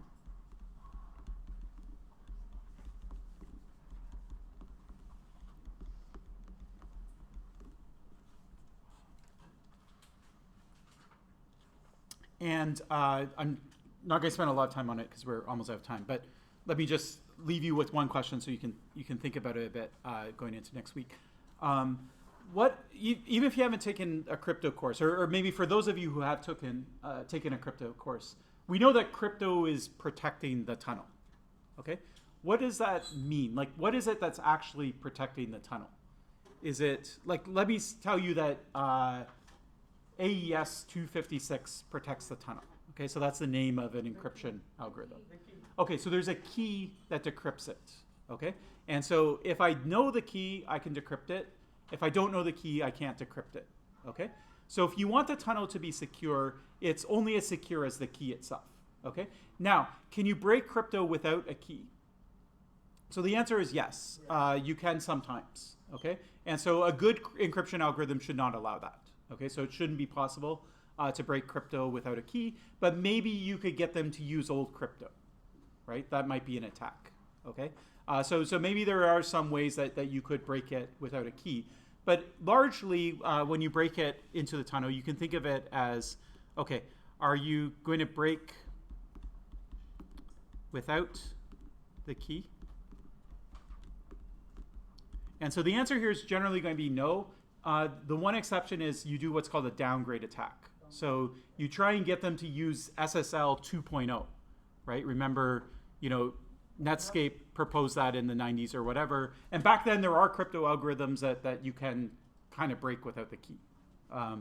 And so if you can do that, then you can get them, then you can break it, okay?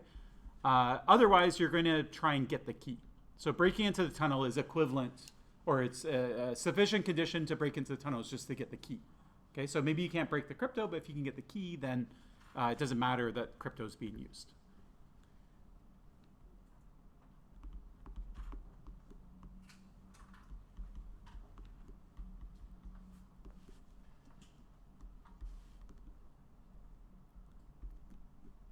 Right, so this is, we call key theft.